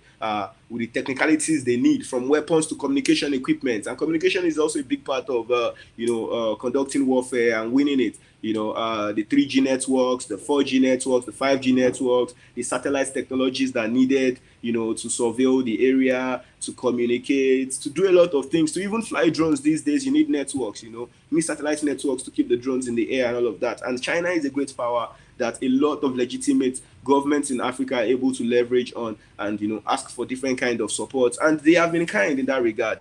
They have assisted, as many African countries that have the capacity to maintain such technologies. They've been more helpful than some other superpowers in making sure that the African countries have the ability to maintain security by themselves. The Chinese government are not interested in coming to fight for us. They are interested, they might be interested in making some donations to peacekeeping missions or to peace enforcement missions. But when it comes to the Chinese government actually deploying their own troops on African soil, they will not do that. They will rather support the legitimate government in that state, to increase their capacity to prosecute that war and actually win it. Continuing on China security relations in Africa, in the 21st century, China seeks to reclaim its rightful position within the international order. The competition with the West is getting tougher. They have to align themselves with their partners, their communist partners. China has adopted an assertive foreign policy to enhance its reputation and standing all over the world. And they have been looking for a way to create a more reasonable and a fairer global order. Because the unipolar global order just doesn't seem like what will work. If we are talking about equality, then we should actually allow for other opinions to be heard. So we cannot say the world has to be fully capitalist. There should be some room for some divergent points of view. Considering the fact that we are all willing to respect the principles of human rights, the principles of justice, the liberty, and all of these social goods that we want. We should be allowed to have different forms of government, different ideological governments, and that's what China is trying to stand for. That as much as people are trying to threaten them, they wish to protect themselves, and they're in Africa not just to to control governments, but to also get the raw materials that other Western powers have come for, and also to get the market for their finished products, that other world powers are also enjoying. So cooperation in peace and security, is one of the key projects that China has been involved in Africa. They are not like other countries who contribute money for civil society organizations and NGOs, to come to Africa and help us. They can contribute to multilateral organizations like the United Nations or to the African Union or to ECOWAS or to SADC. But they will not give money, for instance, to let's say One African Child, or let's say Search for Common Ground to go and execute a development project in Africa. So their collaboration is usually with the state itself, increasing the state's capacity in terms of infrastructure, in terms of poverty alleviation, in terms of economic development, in terms of military capacity, security capacity, counterterrorism, piracy. That's where you're going to see China getting involved security-wise. So in a white paper on Africa cooperation, China said it supports the idea of African people solving their own problems in their own ways, and this just explains how willing the Chinese governments are willing to assist governments, legitimate governments. They make sure that they are supporting legitimate governments, that have sovereignty and legitimacy in the state, to prosecute their wars. And this, I made mention of China's development aid to Africa. It's in fact a work in progress that I am conducting. I sent the proposal to some scholars in Germany. They've not accepted it, but I'm looking at how the Chinese government have been involved in peace building and development in Africa. Because a lot of materials, a lot of studies have actually come up with the findings that the Chinese government don't help civil society organizations, that the Chinese government don't help international non-government organizations. And this is a big aspect of international development. This is a big part of international peace and security. A lot of money is being earmarked yearly by governments all over the world to be sent to African countries, Latin American countries, Asian underdeveloped countries, to develop themselves. So why is China not doing enough? And when we look at China themselves maintain a lot of civil society organizations. They have a lot of NGOs. So we are looking at an opportunity where we can encourage China to send out their international non-government organization, or probably give their domestic non-government organization the international permission to come to Africa, by themselves, and just come to our communities, come to our societies, see the plight and suffering of our people, and develop by themselves strategies to alleviate the suffering of these people, fund those projects, execute those projects, and engage in some social development in Africa. We don't see much of that going on, and this is a cause for research that is ongoing. So according to reports published in 2014 by the People's Republic of China State Council Information Office, Chinese aid companies Chinese aid comprises of grants, that's aids gratis, interest-free loans, concessionary loans to the government. Sadly, it is clear how much China's international aid goes to Africa. China committed to providing about $15 billion in aid to African nations in 2018 Forum on China-Africa Cooperation, out of a $60 billion commitment overall. They initially planned $60 billion. They paid about $15 billion, but nobody has information about the rest because China is a closed economy and not too much of their data moves around freely unless the government wants it to be out there in the open. So data on actual payments made from the entire package are, however, not accessible to the general public. So looking at the future of the Belt and Road Initiative in Africa, Chen and others have heard that high quality and well-targeted projects promoting a multidimensional, that is land, sea and air belt and road network, small and smart livelihood projects, green developments, digital economy, and techno-political innovations was what Chinese President Xi called for at the Third Belt and Road Forum in October 2023. This indicates that the Chinese government has an intention to shift away from large infrastructural projects and towards investing in green energy and high tech projects in Africa. So we are looking out at the future relations under the guise of Belt and Road Initiative. We know that the infrastructure projects will continue going on. We know that the construction of trains, railway networks, airports, seaports, and all of this transportation infrastructure, these buildings, are still going to continue going on. They're not going to stop. But we are looking at the future engagements that they're likely to have with us, and looking at the future of looking at the current level of development in China. They are willing to share some smart technology with us. Their green project. China is leading in terms of green projects, renewable energies, green development. And they're trying to transfer some of those knowledge, those technologies down to Africa. They are also trying to transfer knowledge on digital economy and also on techno-political innovation, because China is just so advanced when it comes to e-governance or any kind of governance at all. So this change is in line with China's promise to stop building coal-fired power plants abroad in the spirit of climate change agreement and whatnot. They also want to stop helping countries abroad to develop all these energy sources, electricity sources that generate carbon, that have huge carbon emissions. As a matter of fact, I was discussing with one of their professors on a trip we had recently to China that, how about you guys give us all these fossil power plants? How about you guys give us these coal-powered electricity plants? How about you guys give us these gas-powered power plants? How about you guys just transfer all of this? We don't mind, because you guys are transiting to renewable energy. It works for you, it's good. We see the wind vanes, we see the solar technology, we see all of these renewable technologies in the seas and all of that, the hydros. We clap for them and we say it is very nice. But the fact is that Africa has not gotten to that stage in development. We don't even have sufficient energy to be choosing from a kind of energy. And they said they are sorry, they can't help us. That the world is transiting from fossil energy to renewable energy, and all they can do for us is to bring in investments in renewables, and they might not be able to develop fossils for us anymore and all of those stuff. So that is the future of Belt and Road Initiative that we might be seeing in the future. More wind vanes in Nigeria, in Africa, more solar panels in Africa, more hydropower in Africa, and more technologies from China in Africa. Talking about all these electric vehicles. Right now, there are not so many EVs in Africa. Of course, we don't have the electricity to charge them. But we can see some leading scientists, leveraging on the relationship with China to transfer some knowledge, some technology, so we can develop our own EVs. And then in the future, Nigeria can also have some EVs. But even before Nigeria develops their EVs, we have the opportunity to import all of these technologies from China, at a cheap rate, of course, and also join what everybody is doing with electric vehicles and renewable energies.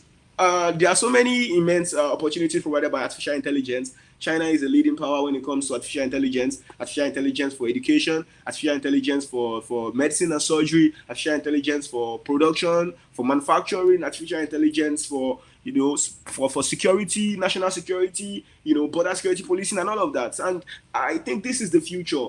China is willing to bring all of these technologies to Africa to show us how we can automate a lot of our processes and get work done easier and faster, more efficiently, more effectively, so Africa Africa can move at a faster pace. So taken together, this statement of intent on Chinese authorities signal a potential evolution, of the Belt and Road Initiative away from the more traditional focus on transportation, energy, extractives, towards new potential sources of growth and development.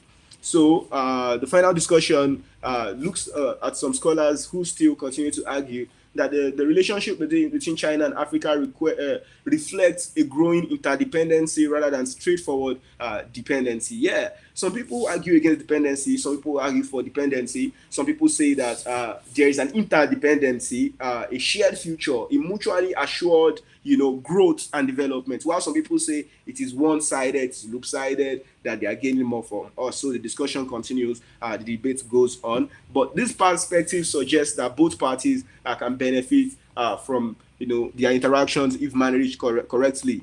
I mean, both African states and China can enjoy themselves, can enjoy this relationship if they both manage the relationship perfectly. They manage the process efficiently. For instance, as China invests in infrastructure and development projects across Africa, there is a potential for mutual benefits if these projects are aligned with local development goals, making sure that Chinese governments are developing what the people need, not just what the government wants or what the Chinese people want, but they should make sure that Chinese investment in Africa should be tailor-made to pro-poor agendas, should look at the current needs, the current challenges, the current aspirations, things that can develop the countries and give them some form of return and help their increase their pace of growth and development. Those are the kind of projects that we should be encouraging from the Chinese government in Africa. Successful partnerships could lead to technological transfers, capacity building within African nations. The presence of China in Africa encourages African leaders to reassess their development strategies and engage more critically with global economic systems. Because if you look at a lot of African leaders, they have no development agenda. They have no developmental blueprint. They don't even know what they are doing. They just came into government. They did a lot of politicking, one power. They are sitting in government in power now, but they have no idea of how to develop their states, how to take their states from this underdeveloped, rudimentary, feudal, what have you not, underdeveloped states we have here, to better states. They need to learn from China. By visiting China, they see a better model. By bringing Chinese engineers to Africa, they have better technical expertise. And over time, over the years of the Chinese people developing their communities, they begin to have those skills within themselves. I mean, they begin to have a transfer of skills, of manpower between these countries. And I think that promises a lot of huge potentials for the African states that I think they shouldn't pass on. They should actually leverage on that opportunity to transfer development and skills from China down to African states. So 34% of the loans from Chinese, this is also discussing some of the issues we realized in Africa-China relations in terms of economic cooperation and security cooperation. So 34% of the loans from Chinese, dependent financial institutions went into the energy industry. And of 52.38 billion in energy loans from the DFIs, 51% went towards fossil fuel projects using coal, gas, and or liquefied natural gas as energy sources. It's funny that even when they are working on climate change, renewable energies and all of that, they are still taking a lot of fossil fuels from Africa. So this raises the question of China's genuine readiness for climate revolution, because you are saying you should stop using, maybe they're not interested in coal anymore. They're still interested in coal. Even coal is here. They're still bringing in a lot of coal. They're still bringing in a lot of gas, a lot of NLNG from Africa, but they don't want to help us in that regard anymore. They think we should also transit into the future, and they are willing to fund it. A lot of loans they are giving us are to make sure that we can either pay back with all those natural resources, or, we are using the funds to service our production and supply of all those natural and mineral resources. Despite Africa's significant unrealized potential in solar energy in particular, the percentage of loans for renewable energy was a pitiful 2%, of the $52.38 billion loans, that were provided. I think in 2023, that should be in 2023, just 2% was for renewable. So much for China, who are interested in renewable energies and climate revolution. They are investing 2% in renewable energies in Africa. And Africa has energy problems. Our state of electricity is poor. We don't have enough power to power industries or our houses. And here is China, who are a very close partner of Africa, giving us 2% of our entire relations with them to renewable energies. We need more funding to go into wind energy. We need more funding to go into solar panels. We're talking about national solar power projects. We're talking about, expansion of dams, hydroelectric dams, the importation of turbines. So we need more investments to go into renewable power projects, to make sure that Africa, adds up in terms of the energy production and consumption, because that also is going to contribute to the level of development, growth and development in the African continent, and that is really welcome amongst African people. So projects related to extraction tracks and electrification have been the focus of these energy loans. The Chinese government needs to support more sectors in Africa and should help improve production and manufacturing in Africa. They should also help to enhance the capacity of Africans to extract their own resources themselves. I mean, they don't have to come here if we had the capacity. Some countries in Africa, particularly in like Nigeria, have the capacity to extract their oil and gas themselves. But there are so many countries who don't have the capacity. So rather than the Chinese people, the Chinese government sending over their engineers every time, they can just train enough Africans, miners, geologists, and all of these people who are getting them their extractive resources, to identify those resources and mine them efficiently, extract them effectively and send them over. I think by using African expertise, African explorers and engineers and all of these people, miners, we can make more money for Africa. These companies are going to pay taxes in Africa, they're going to pay salaries in Africa, and they're going to maintain assets in Africa, and it's going to contribute more to the growth in Africa. The Chinese government can wait in China, and we can just extract everything, put them on African ships and take to them, and we can make more money. The relationship can become even more beneficial to both parties. Looking at the military diplomacy, the Chinese government have been involved in more high-level visits. They've been sending representatives to visit our military formations in Africa. They've been getting closer to our military structures. There has been a lot of bilateral agreements on defense and military cooperation, and the sales of weapons to legitimate governments have continued. And, it has been in consistency with their renewed emphasis on security cooperation with Africa. Beijing has also committed to bilateral collaborations by increasing the number of military attaches, stationed in Africa from, stationed in Africa to 27. So having more military attaches in Africa mean that we can quickly use our diplomatic structures to talk to the Chinese government in Beijing to discuss security issues with them. I mean, of course, we could have used our diplomatic structures. The embassies are there, the high commissions are there.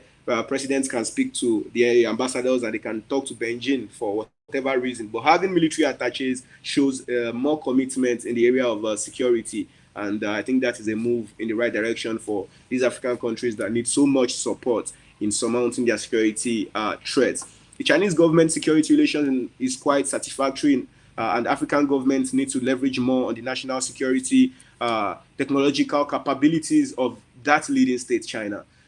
More can be learned from the Chinese in terms of policing, intelligence gathering, border control management, immigrations, and the armed forces. The right diplomatic approach for African governments can yield positive returns in this regard. And then the issue of Chinese police stations in Africa needs to be checked. Yes, that is going on, but we need to know that if China is maintaining police stations in Africa, they cannot overshoot the sovereignty of the state. So I'm sure that they cannot bring in weapons. They need to work in close relationship with the local police. They need to let the government be aware of the presence of such people diplomatically and all of that. And I think by mutual respect and understanding, if China must maintain such structures, such institutions in Africa, an agreement can be formed. I mean, Interpol can be structured to work with them, and a lot of other, maybe Afropol can even be created to have some support from the Chinese government and all of these things. So we can look into that relationship and even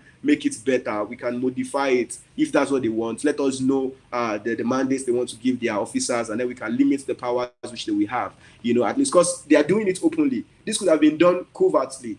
In fact, in Africa presently, a lot of governments are maintaining security forces like undercover security agents, like the FSBs and the KGBs of this world are in Africa without permission. So for China to maintain police officers and police stations that are openly known, it means that they have good intentions. And I think we can just come to understand them and see ways we can develop this ambition if they are really interested in it. Then the Chinese government can also do more in terms of peace building initiatives, that involves civil society organizations, international non-government organizations, and community-based organizations. They can either increase their funding to, international organizations and civil society organizations working in the continent, or send more development organizations to China to assist, send more development organizations to Africa to assist Africans with their development challenges. Like the Germans are doing, we have GIZ, the Swedish are doing, we have CEDA, the British are doing, we have DFID, so many organizations. The French have acted, and the Swiss have so many organizations. So we need more. We know China Aid is a big organization, and there are so many other aid organizations in China, so many of them. But the fact is, they usually don't come to Africa to develop Africa.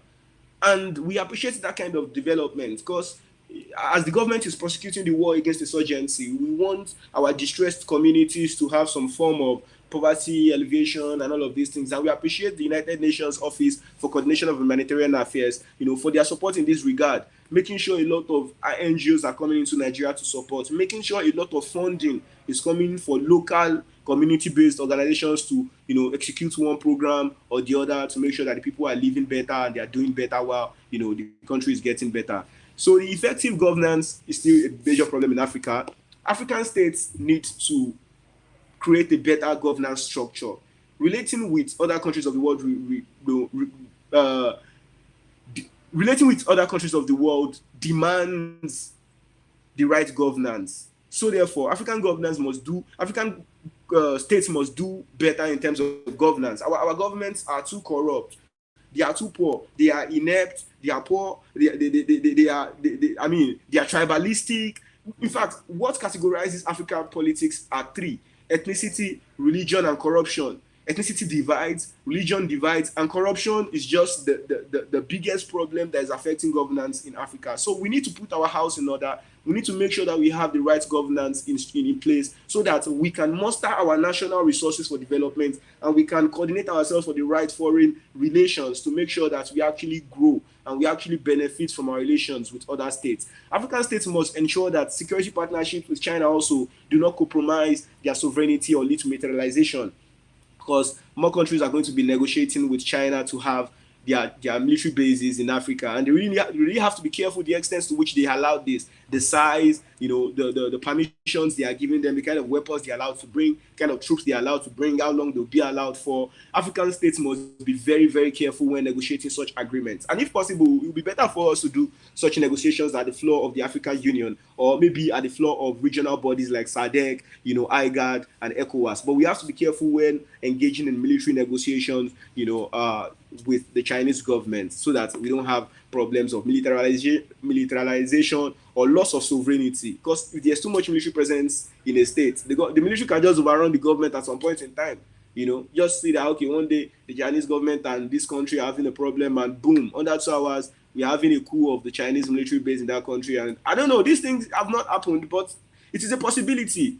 We have said it, Professor Obi said it, that the international system is anarchical and it's based on power politics. So if that happens tomorrow, the world will go on. So I will not say that there is a challenge of debt trap as well, because a lot of observers are concerned about the debt trap, that a lot of times relations with China usually leads countries to debt trap. They give you a lot of money and then you're not able to pay back, and then they are controlling and everything. These are complaints that people are talking about. But the fact is, a lot of African countries have development deficits, and we need all of these technologies that are being provided by China. So what I think we should do is that African countries need to know what they are receiving loans for.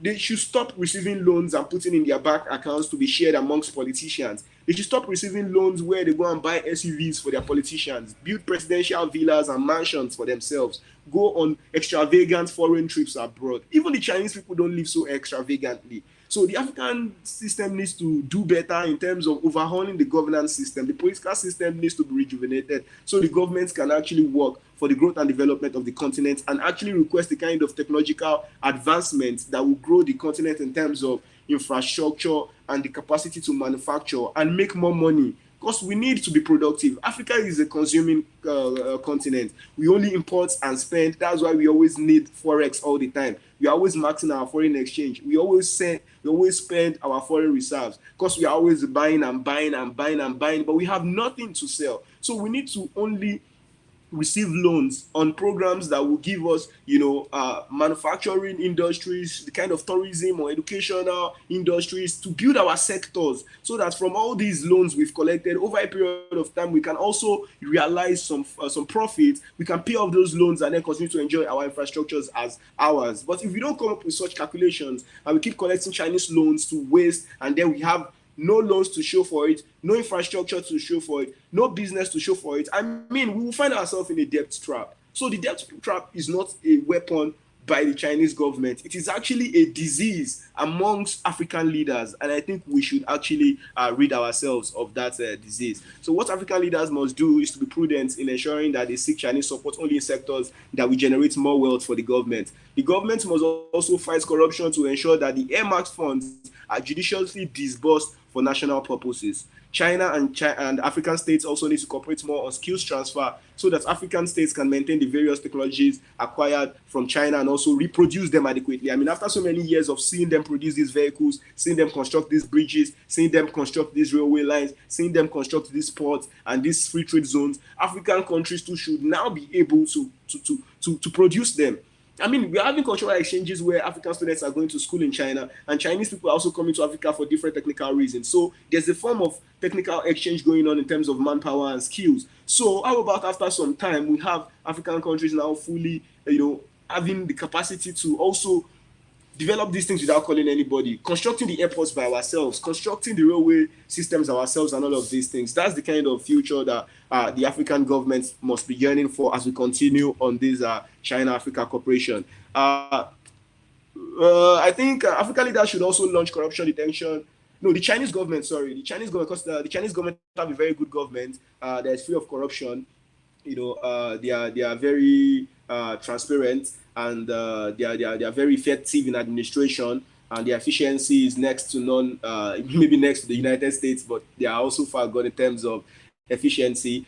So I think the Chinese government can help us in Africa by launching various anti-corruption campaigns in Africa, and this involves, corruption detection agendas by increasing or improving the capacity of anti-corruption and graft agencies to detect corruption. Talking about them empowering, in Nigeria, for instance, we have the Economic and Financial Crimes Commission or the Independence and Corrupt Practices Commission. They work on graft to try to see how governments are pilfering the people and stealing away the resources of the people. So we are looking at a future cooperation where the Chinese government can also increase the capacity of those people to deliver on their mandates, to investigate financial crime, and bring criminals to the book. By making sure we rid our system of corrupt leaders, we are going to have a cleaner and a more effective political system. By banning such people from contesting in offices, I mean, we are sure to have only the best crop of leaders in government, and over time, these are going to yield commendable results for the African continent. Thank you very much, ladies and gentlemen, for listening to my presentation. That will be all for now.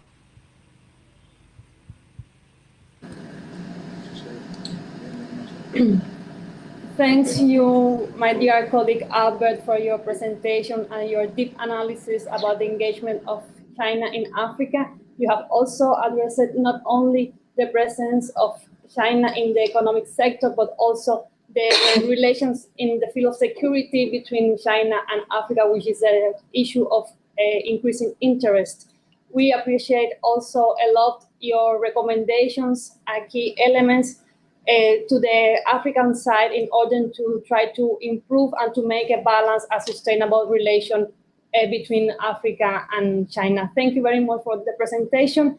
And now my colleague, Master Claudia Martin, will make the next presentation. It's a research of three authors. She will make the presentations about the Caribbean in the crossfire of the strategic dispute, the case of CARICOM. Please, Claudia, you have the floor. Thank you, Ivet, and thank you for our Nigerian colleagues. I'm very pleased to share this space of discussion. And I will try to share my screen for you to see my PowerPoint presentation.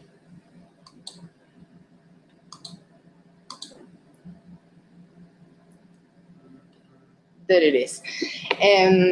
Well, I propose you to switch from the large scale to the smaller scale. So we are, I will talk about the Caribbean in the crossfire of the strategic dispute, the case of the Caribbean community, CARICOM. And this is a result of a research from by me and my two colleagues, Lourdes Regueiro and Luis René Fernandez, and it's part of it's going to be part of a book that is in editing process for the Latin American Council of Social Sciences, Latin American, the Caribbean Council of Social Sciences. So I want to first show you the map and the member states of the Caribbean community. There are 15 members, full members, and now 6 associate members with the recent inclusion of Curaçao. So just for you to know what is the Caribbean community and what countries are members of this organization in the Caribbean. The strategic importance of the Caribbean is evident when we take into account its geographic location in the middle of maritime and commercial routes. It's very close to the transoceanic passage of the Panama Canal. So there are many ports in the region that, in fact, many of them are constructed and managed by Chinese companies.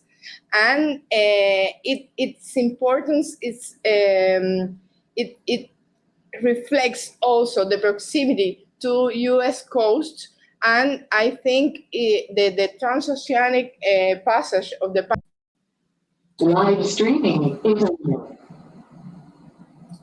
And I was saying that the Panama Canal is very, very important, not only because it's the commercial route or maritime route from the Pacific to the Atlantic, but also because it's a very important commercial route from the west coast of the United States to its east coast. So there is a very important flow of trade in that area, and the Caribbean is very, very close to that passage, to that route.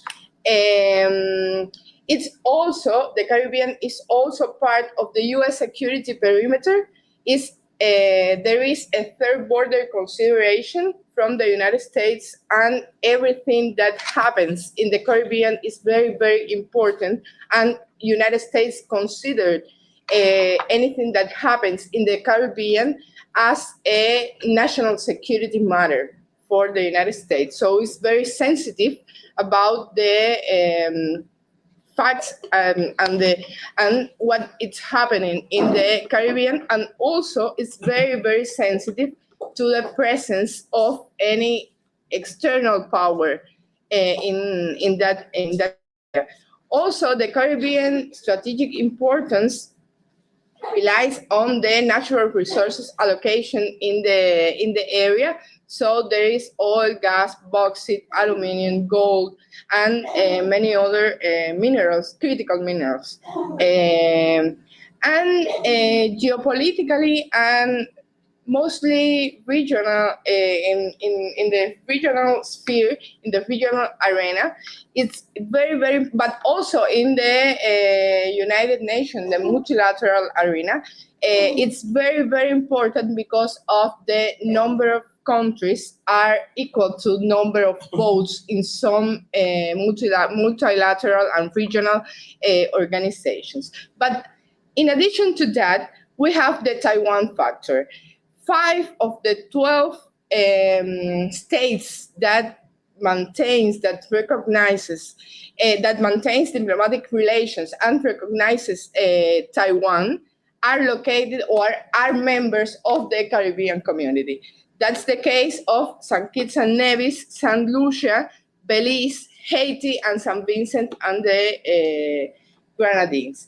I don't have many time to explain what implies for these countries to have a relation, a cooperation, mainly cooperation relation with Taiwan, and what implies if they turn to China for them, because there are those are very small countries, and what seems small for another country is large for them. So I don't have time to address this topic, but I just want to put the issue.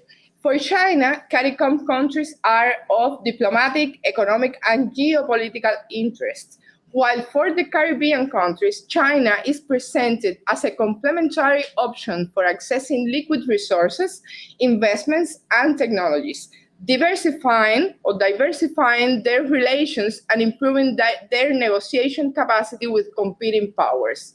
So the United States points to China as the only competitor with the intention of reshaping the international order and the economic diplomatic, military, and technological power to do so. So it's very, very sensitive to the presence or the growing presence of China in the Caribbean. In this scenario, this growing Caribbean relations with China turns this region into a space in dispute between both powers and has been perceived by the United States as a risk to its hegemony in the region. In fact, U.S. has been very, very sensitive, as I said, to the presence of any rival power in a region considered as its backyard and part of its third border. So we have identified some areas or some fields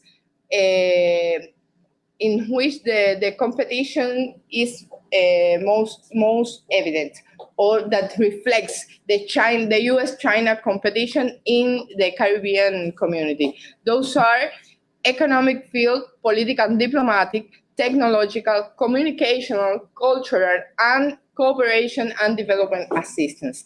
For a reason of time, and we intended to also focus on cooperation and development assistance, because this is a sphere or a field that is not very addressed in the literature. At least in the literature we have consulted, we have read. Many people focus on trade or investment, but in cooperation and development assistance, there are no many works of research that we have been able to consult or to read. So just a brief comment on trade. There you have the trade exchange between the United States and China with the CARICOM from 2010 to 2023. And despite the increasing commercial presence of China in the Caribbean community. And unlike what happens in South America, US and the European Union remain as the most important trade partners in the Caribbean. There is also, as you can see, a trade gap between I would turn to the presentation. I think we are not seeing it. Sorry. There you have. There is, as you can see, a trade gap between United States and China in their relation with the Caribbean community. The U.S., because of that, does not perceive China as a threat to its status as the world's top trading partner. The U.S. main concern is China's growing ability to supply high-tech goods, where China has a lead over the United States, especially in 5G networks in the Caribbean, and the growing presence of China in investment, in financing, and in cooperation and development assistance in the Caribbean. But the U.S. is, and it seems it will remain as the top trading and economic and security partner of the Caribbean community, at least in the short and middle term. No? So, in terms of financing, China policy banks that are the Export and Import Bank of China and the China Development Bank have provided loans that amount $4.7 billion to CARICOM countries from 2005 to 2022. You have it there. And they finance a total of 38 projects in that period. The largest recipient of the financing has been Jamaica, followed by Suriname, Trinidad and Tobago, and Guyana. The loans have been mainly, as you can see, allocated to sectors linked to infrastructure, transport connectivity, and construction, although they have also financed energy, particularly in the case of Guyana, telecommunications, and industrial projects, among others.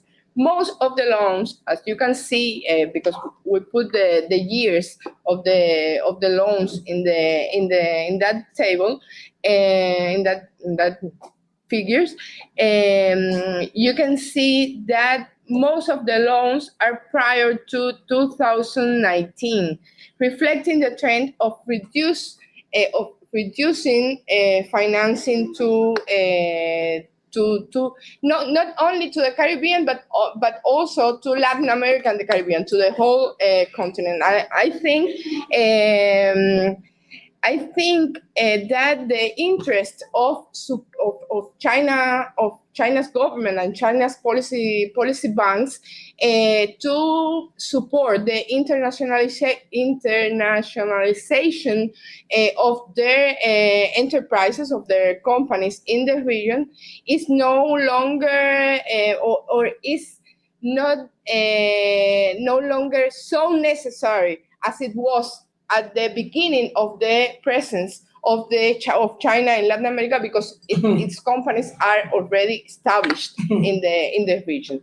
We will see what happens with cooperation and what happens with investments also.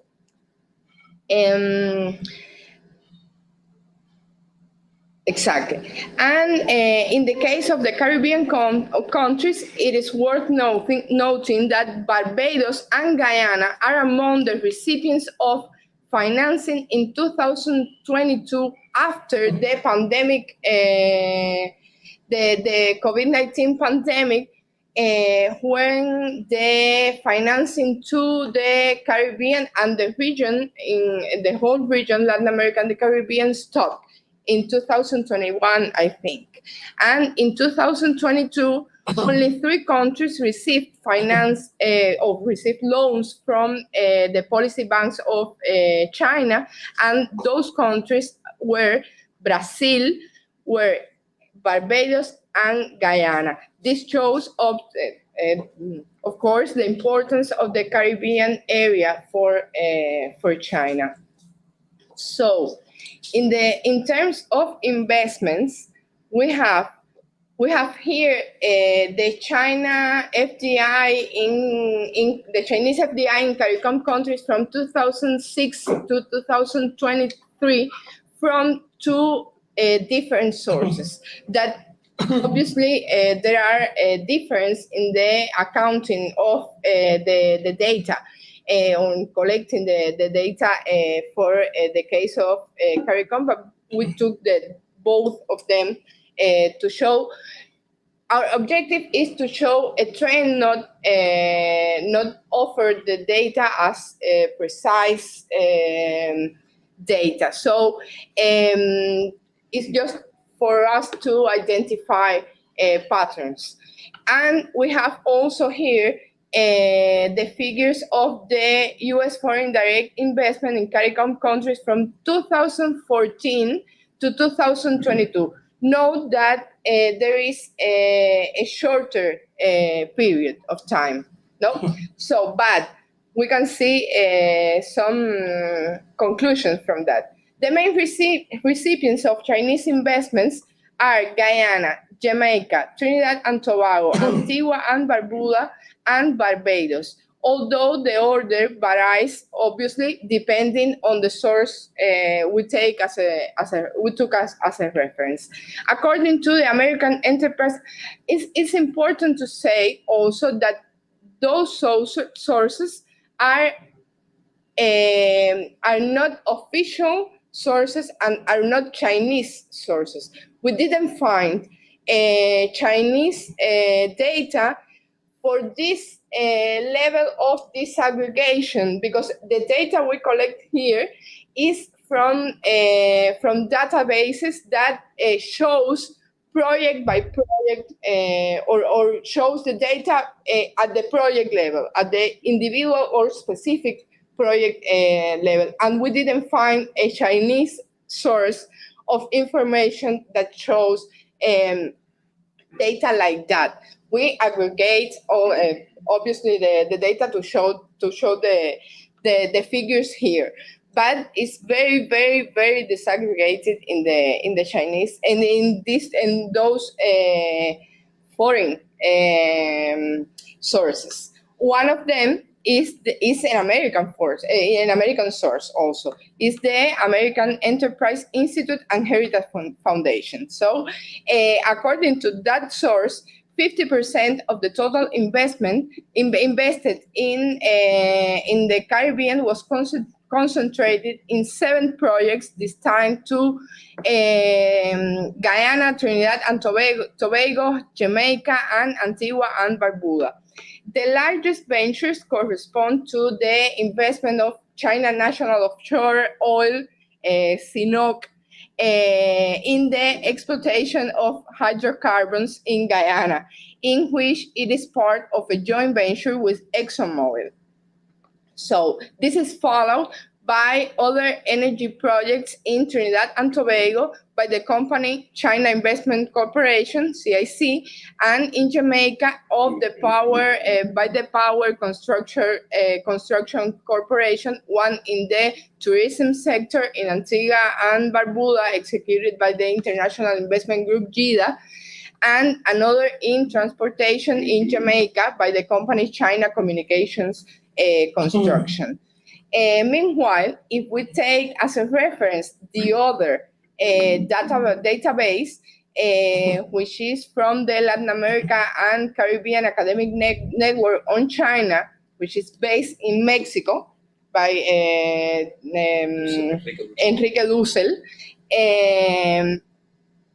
the 64.5% of Chinese investment in the period was directed to 6 projects in Antigua and Barbuda, Barbados, Guyana, and Trinidad and Tobago. Of these, 4 correspond to investment in mining-related industries in Barbados, Guyana, and Trinidad and Tobago, and involve the companies Bosai Minerals Group, HNA Group, Bravia Capital, and the aforementioned China Investment Corporation. So, although China has gained ground as an investor and creditor in the Caribbean, it is not expected, as I said before, to reach the consolidated position of the United States in that area in the short or medium term.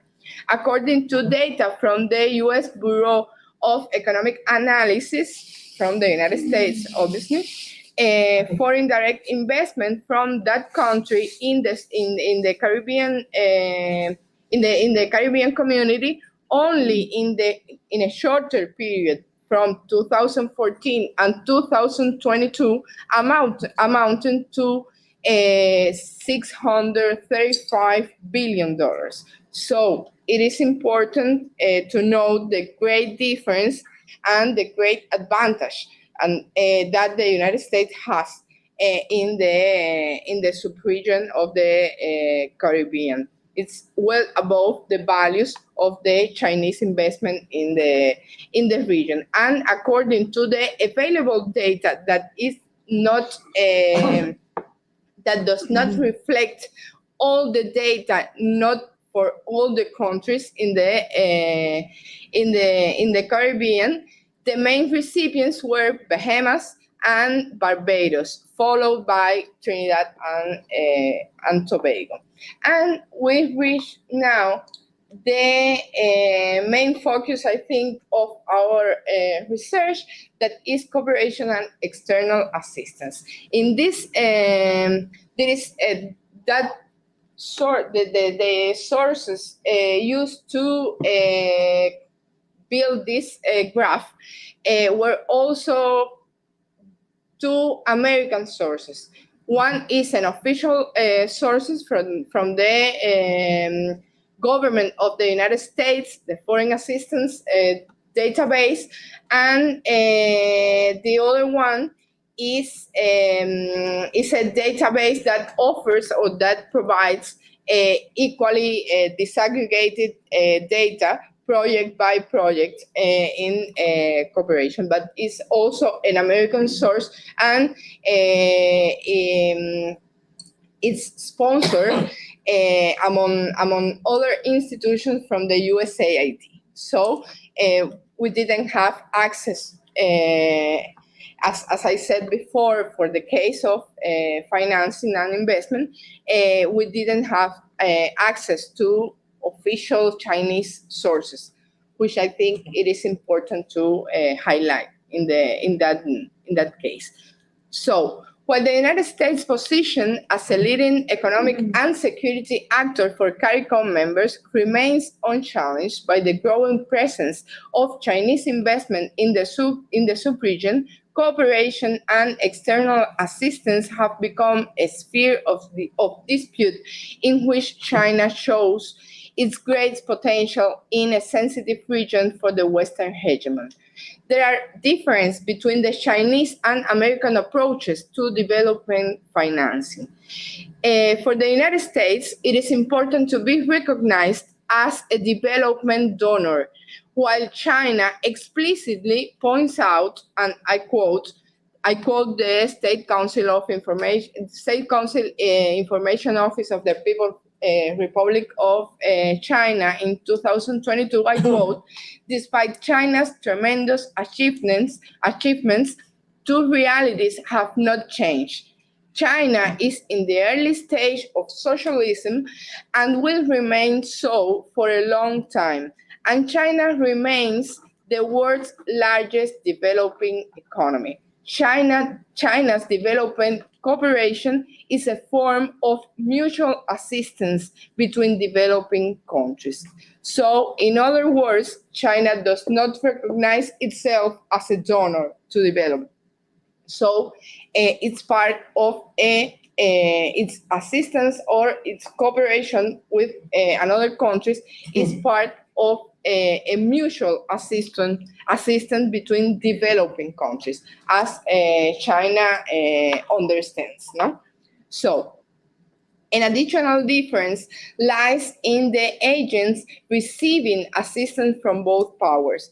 While for China, the counterparts are the states and governmental institutions of the countries in which its resources are placed, the United States also directs them towards civil society organizations and multilateral institutions. So there is an important difference there also. Other differences, and I don't have time to address more deeply in this topic, and other differences point more to technical issues regarding the categories included in these types of financing, and which explain the impossibility of course of more exact comparison in the behavior and evolution of both. But as I said before, we want to identify patterns and trends, not to reach the exact figure of assistance or development cooperation. For its part, the Development Financing Corporation from the United States is governed by laws and regulations that prohibit it from supporting investments in certain countries, including some CARICOM countries, like among of them are Antigua and Barbuda, the Bahamas, Barbados, St. Kitts and Nevis, and Trinidad and Tobago, since it is not allowed to work with countries classified as high income, an indicator that does not truly reflect income distribution or the capacity of states to convert it into a source of development.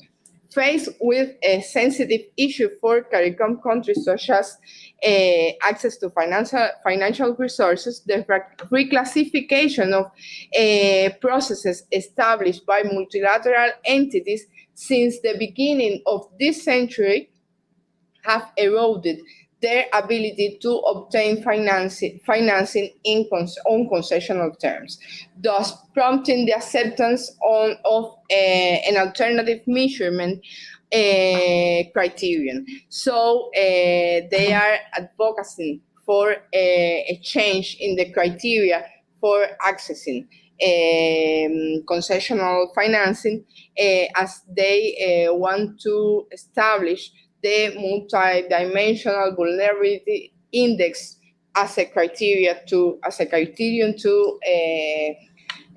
offer and accessing concessional financing. So, in addition to the DFC, U.S. foreign assistance is funded by USAID, the Department of State, the Department of Defense, and the Department of Agriculture, among other government agencies.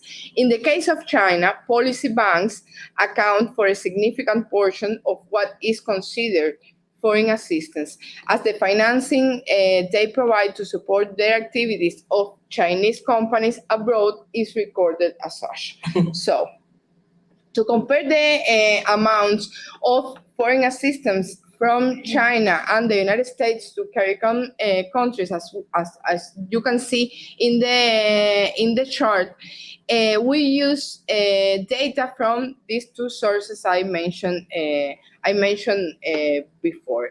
In either case, those measurements of the data correspond to the methodology established by the OECD organization. So, in fact, the comparison seeks to identify trends.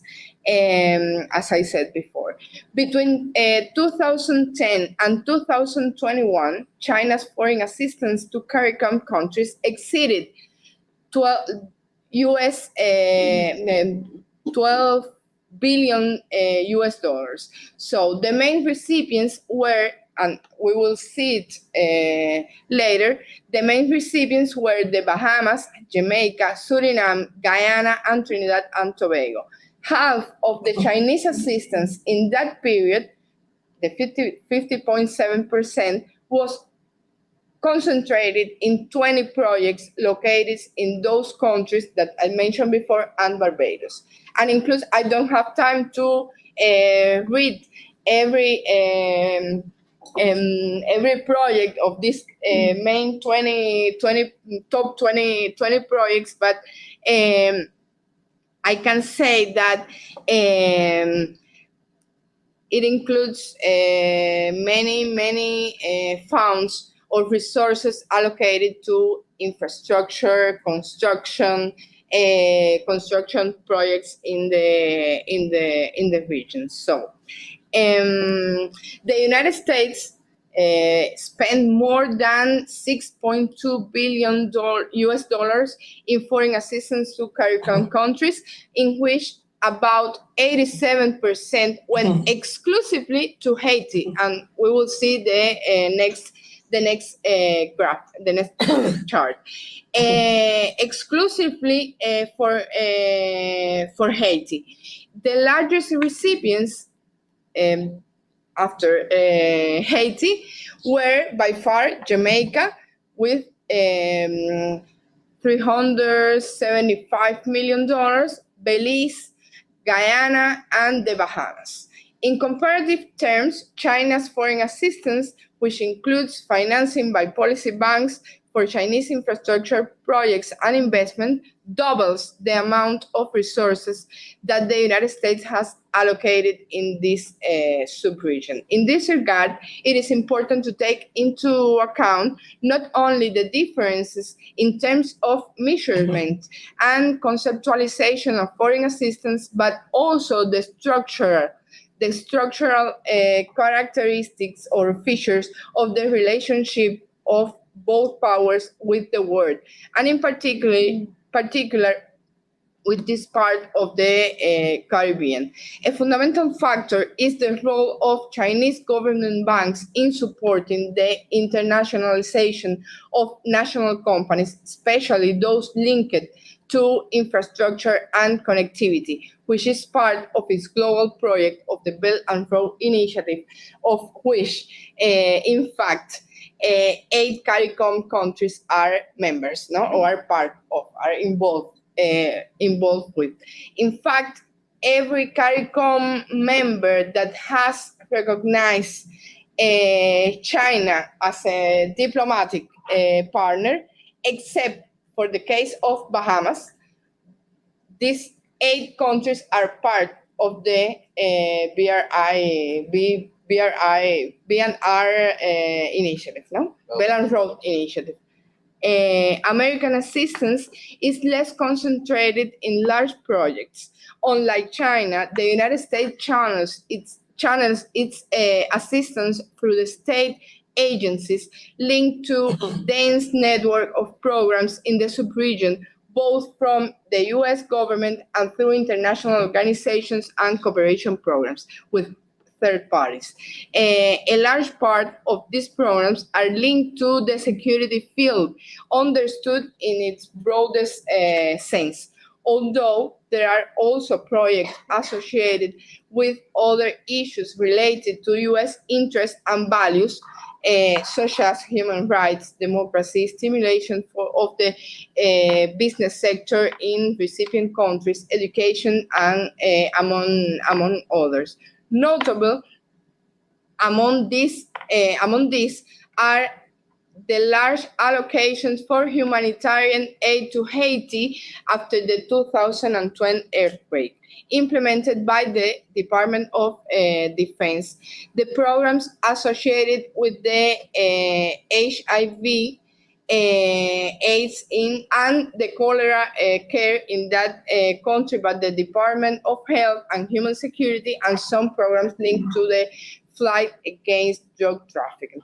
A lot of corruption happened in this allocation of resources to Haiti. Unfortunately, not all the resources ends improving the life conditions and the restoration of Haiti's normality, and as we have seen in the current situation in that country. So the next chart is the foreign assistance from China and U.S., but it shows the distribution or the allocation for countries in the same period we mentioned before. It is noteworthy that in the period under review, China is the main source of aid to most countries except for the particular case of Haiti and for those countries that don't have diplomatic relations with China. A condition, of course, for receiving foreign aid from China is the recognition of the One China principle. Special attention to the smaller island. We have to pay special attention to the smaller islands that in relative terms, I think shows the importance that China has paid to the smaller countries in the area, and this is the Caribbean is very sensitive to that recognition, regardless the size of their economies and the influence in the world economic and political system. That's the case, for example, of Antigua and Barbuda, Dominica, and Grenada. So I think that is important that I don't have time to explain this, but that special attention that China has paid to these smaller islands also reflects on the presence of Chinese embassies on those states.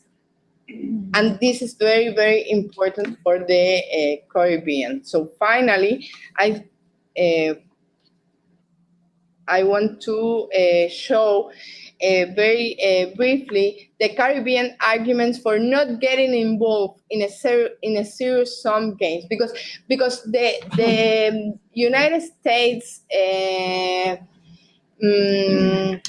importance and relevance and the dependence of the Caribbean countries with respect to the United States and the security bonds that they has signed in formal arrangements, and the very important security presence of the United States in the Caribbean have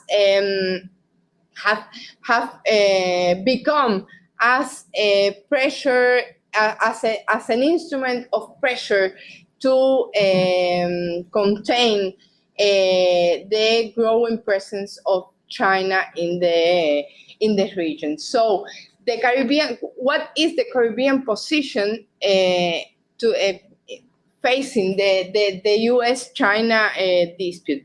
I think Caribbean countries, in this case, these examples,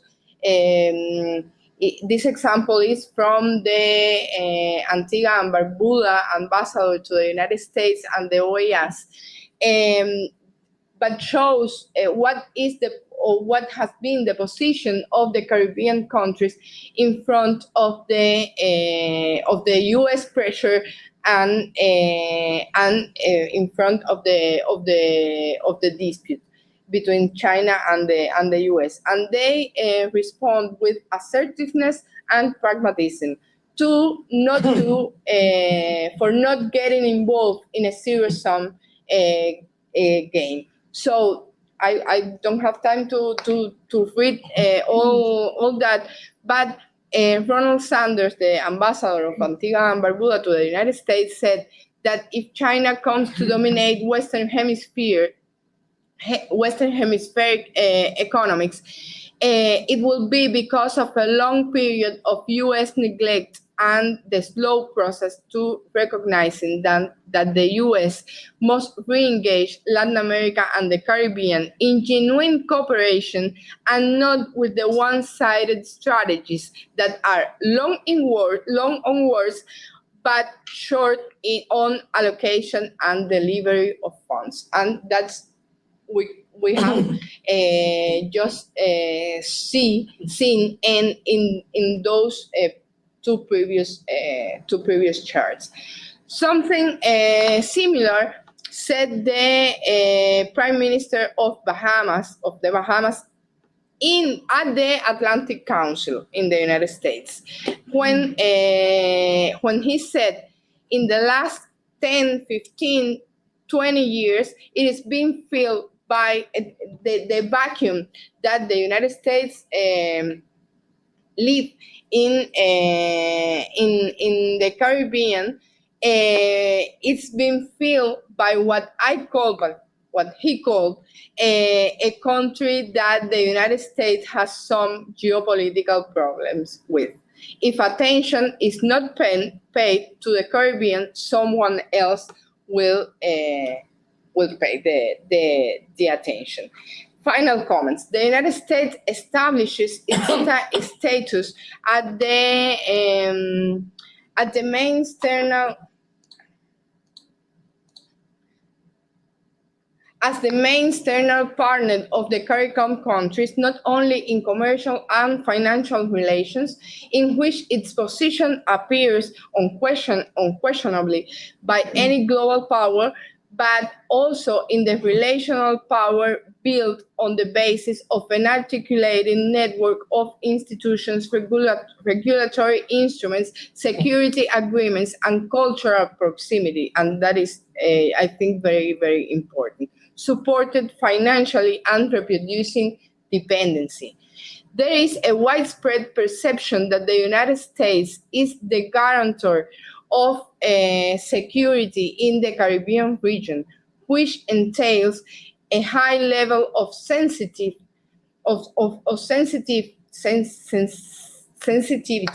for its national security and strategic interests, as it is considered part of its third border. China has gained significant ground in the Caribbean as an investor, lender, and above all, as a provider of cooperation, an area in which, due to the breadth of its conception, it could pose a challenge to U.S. capital. Compared to the United States, the relationship with China relativizes the overwhelming dependence of CARICOM members on their first economic and security partner, the United States, as it allows them to diversify their external relations and serves as a counterweight to relatively strengthen their sovereignty and negotiating capacity vis-a-vis the United States. Faced with the perceived threat posed by China, the United States is more receptive to CARICOM's demands, renewing its programs and instruments of domination, announcing the redefinition of policies that not only provide resources to address the region's needs, but also opening new instances of high-level political dialogue in order to counteract the influence of China, the bearer of a philosophy and vision of world order, a socioeconomic and political system that is distinct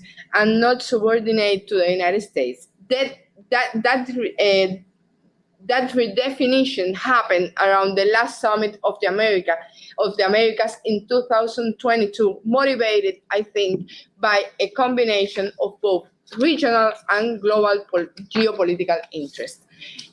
And finally, the shift in its policy towards the Caribbean is also motivated by a more assertive Caribbean position that resists pressure to engage in a zero-sum game.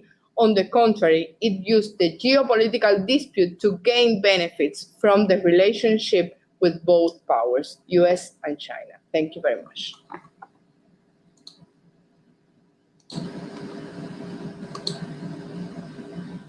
Thanks to my colleague, Master Claudia Marin, for her presentation related to the growing Caribbean relationship with China. This turns the sub-region into the contested space between United States and China.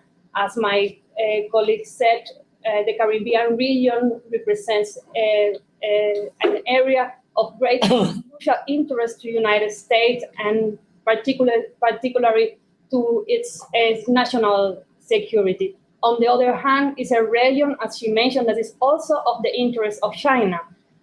But I would like to say that this scenario represents also an opportunity for the Caribbean countries that can take advantages for the opportunities in the economic field that offer China, but at the same time, it's an opportunity for these countries to improve their capacity of negotiation. And for a group of small countries like the Caribbeans, of course, this has a great relevance. And now we are coming to our last presentation that will be addressed by our colleague, Dr. Yoslán González, with the title The Vision of China in Asian Plus 3 and the Strategic Competition with the West. Please, Dr. Yoslán, you have the floor. Thank you very much, Deputy Director. So it's I would like to say thanks for very much for the invitations of this event. So I would like to present my presentation in relation with the vision of China in ASEAN Plus 3. ASEAN is associations of Southeast nation in plus China, Japan, and South Korea. So this specifically in the current moment in the world face the challenge of the confrontations between US and China. So specifically in the region of the East Asia, it's very important because we recognize the advance of this region and the development specifically in the 4 industrial revolutions. So we can identify the different aspects, specifically with the advance of the specifically in this region, we can identify that there are some allies of the United States, such as Japan and South Korea, or inside of ASEAN, you can identify the different countries that,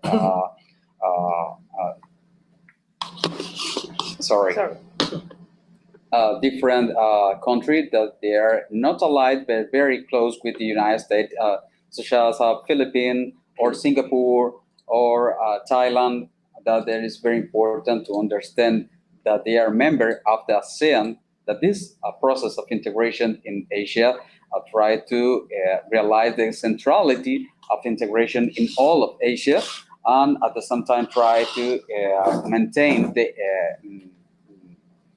equilibrium between China and US. So specifically, ASEAN is integrated for different countries. We can see how the 10 members that from the Southeast Asian area, China, Japan, and South Korea.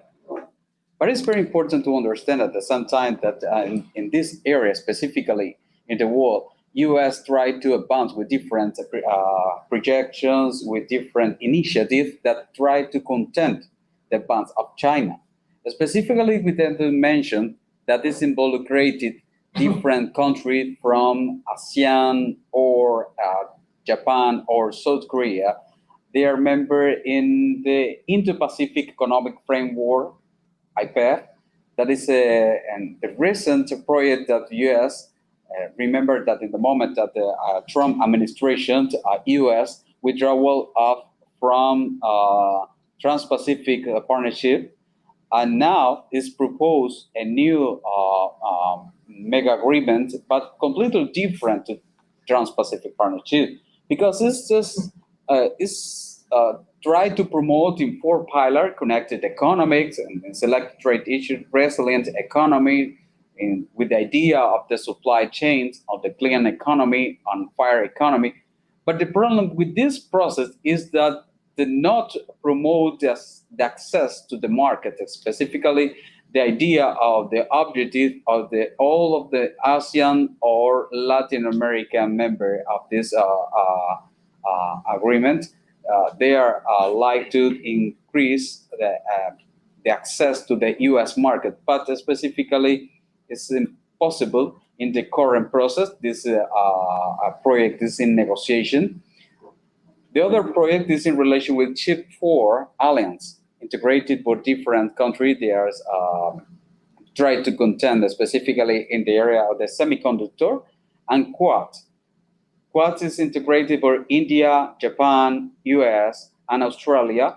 That is a good idea to contend China too. But in this scenario, China tried to advance, but specifically the semiconductor is a critical area that tried to advance with some allies of the US, such as South Korea and Japan.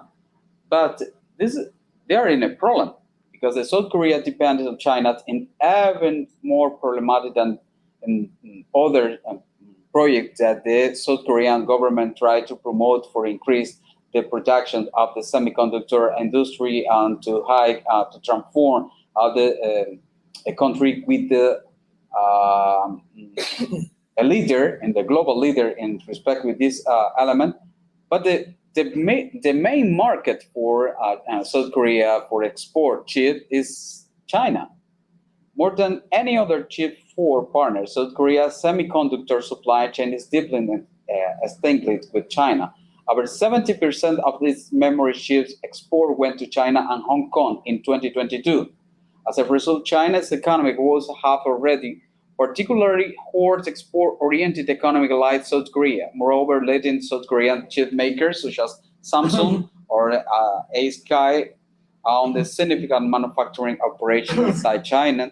In the case of Japan, you can identify that some export from Tokyo Electron, for example, is very important, destined directly to China. But in this process, in the current situation of the confrontation between China and the US and the different initiatives from US in the East Asia that try to contend to US, it's very important to understand some premise. First, ASEAN Plus 3 involves the country in China immediately surrounded. China is the main trading partner of all ASEAN members, Japan and the Republic of Korea. Several of the member ASEAN Plus 3 that include China are allies of the United States. Several of the United States allied in ASEAN Plus 3 joined Washington in the policy of a strategic competition with China, but they require the Chinese market. ASEAN is a bloc promote balance between China and the United States, right? Not there a competition inside, but unfortunately, the Southeast Asia is in a scenario of the direct confrontation and try to promote the bilateral competition with the support of some countries such as Philippines or Singapore, or in the East Asia, the Japan or South Korea. But at the same time, each country cannot advance so much with this different sanctions against China because they are dependent on China. They are in several an important trade partner or investor partner with respect to China. Beijing, Tokyo, and Seoul are major trading partners in ASEAN, and member of the Regional Comprehensive Economic Partnership, which marked another significant step toward economic integration in the region. Remember in the moment that Trump withdrew from the Trans-Pacific Association, but in that moment, China continued with the Regional Comprehensive Economic Partnership with the rest of the members of the ASEAN and other countries such as Australia, New Zealand, Japan, and South Korea. But now, in the current moment, is the more big mega agreement in the world, and advance with the big free trade agreement and a big free area in the world. So it's very important to understand at the same time that Asia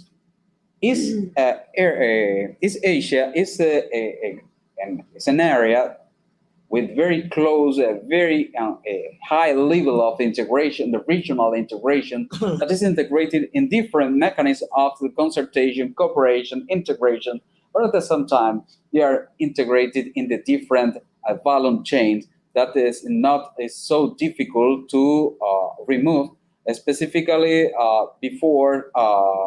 after to the COVID-19 pandemic, that increased the regionalization process, specifically in the Asia region, increased the process of regionalization, intra-regionalization with this element. ASEAN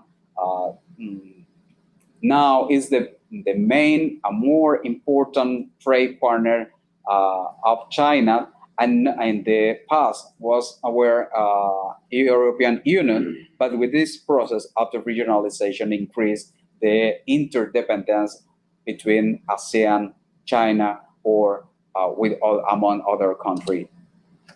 East Asia is an important driver for global growth. ASEAN Plus 3 Summit is a major mechanism of East Asia cooperation. Independent of some allied of the United States, and there are some member of ASEAN that at the same time they are very close with China, such as Myanmar, Laos, Cambodia. In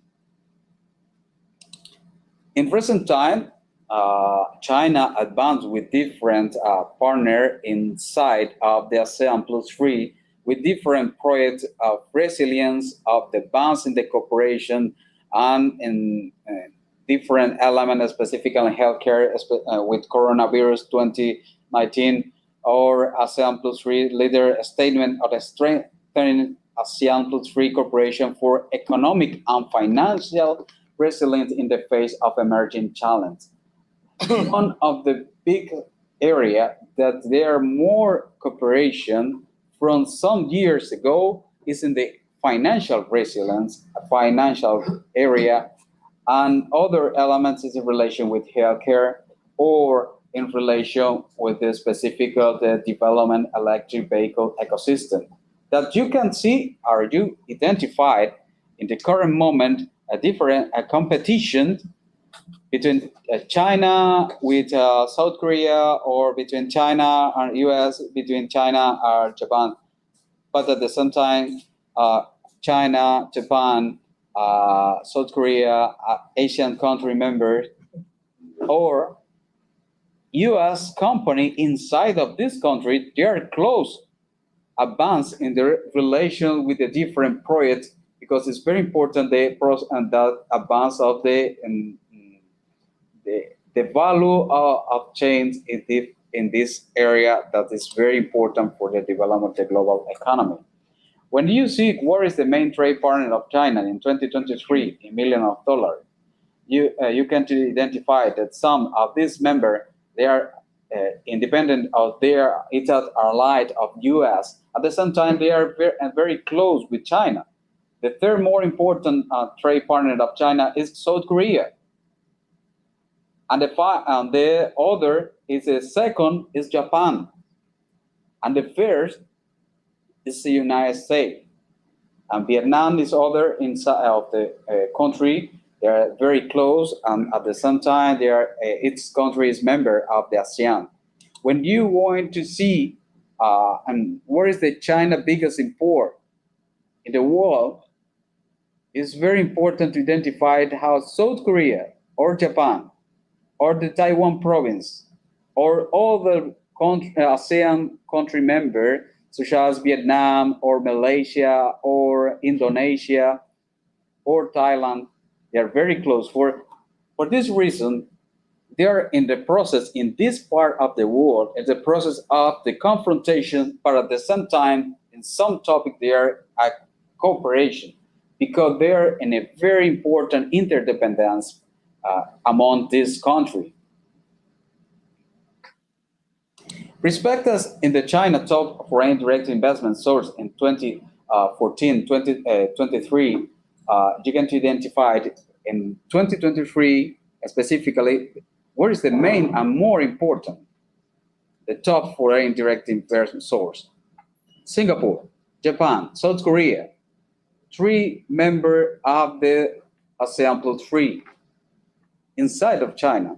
So this is very important to understand how it is the level of the interdependence, independent of the political speech from West country or different speech from US. Here you can identify the top 15 foreign direct investment source of China as in 2022. Inside this, the special administrative region of China, Hong Kong is the first, or you can identify the province of China, Taiwan, but Korea, Singapore, Japan, they are very important. For this reason, it's very important that this region, independent of the competition there, is very important to advance the close, because they are very important market for the development of the economic development, and at the same time, they are advanced in the financial development. In the recent time, on this different summit of the ASEAN Plus 3, that in this year, where the 27th summit is not the first, not the second, it's a very large trajectory of the relation, the bilateral relation, independent of implementations, independent of the different bilateral difference in relation to the territorial instrument or the political or the worry of the some country in relation with the advance of China in the neighborhood. So in the different summit of the ASEAN Plus 3, you can identify different projects of the advance of cooperation in relation with the proposal of US with this area. Particularly in this area, you can identify real projects that contain a moment of the financial crisis, of the economic crisis, when in there the more complex situation in the national economy, where here you can identify different projects for contain or advance in relation financial system. For example 3, in the recent time, agree to strengthen regional financial cooperation, included through the regional finance arrangement or future directions. Chiang Mai initiative multilateralization is very, very important in the East Asia, because it is a very important financial mechanism that is compared in some moment with the regional international monetary fund, but it's the level of the effectiveness is very high in relation with other financial mechanisms in the rest of the world. Other is the Asian Bond Market Initiative or Disaster Risk Financing and ASEAN Plus 3 Future Initiative. Other is the reform of the ASEAN Plus 3, the regional financial arrangement, including the initiative of the Chiang Mai Initiative multilateralization, represents crucial effort to reinforce the regional financial safety net. All of the country members of ASEAN Plus 3 recognize the value of this mechanism of cooperation, independent of the confrontation between China or US, and some of them try to support US in this confrontation. Sorry, we had a problem with the connection, but continue with the different initiative of that China support, and at the same time promote in relation with ASEAN Plus 3. I would like to express 4 specifically. The Chiang Mai Initiative multilateralization. In the first moment was the Chiang Mai Initiative, but with the advance of the cooperation of the other member of the ASEAN, in this initiative increased the multilateralization with the idea to support not only to contain the cry and in the moment of the Southeast crisis in 1997, at the same time continue to advance with different moments of the complex in the different complex scenario. Specifically, was very effective in the moment of the advance of the COVID-19 in the 2020 or 2021. Other ASEAN Plus 3 Macroeconomic Research Office or ASEAN Bond Market Initiative or disaster risk financing that I expressed it in other moment. So for not to have more time, I would like to arrive to the conclusion in relation with this element that is very important to arrive to 4 important conclusions. As the United States tried to move forward with initiative to contain China's IPEF, Quad, Chip 4 alliance, or other that involucrate some country of this area in East Asia, Beijing promote cooperation through ASEAN Plus 3 and tried to advance with the other country of Asia, that is specifically with the centrality of ASEAN in the integration, on the regional integration. China promotes the centrality of ASEAN. For this reason, with the different type of different mechanisms of ASEAN, ASEAN Plus 1, ASEAN Plus 3, ASEAN Plus 5, or regional comprehensive economic partnership, there China tried to promote the advance of the centrality of ASEAN in all of these mechanisms. America's key allies in East Asia are highlighting interdependence of China. The United States has key allies with not only in the military area, in other political or economics, but at the same time, China initiative in ASEAN Plus 3 have promoted regional resilience in the face of financial real crisis. Also, China may represent a challenge in East Asia for ASEAN Plus 3. It is an opportunity of cooperation in various sectors, such as finance, economics, agriculture, health, and etc. Thanks very much.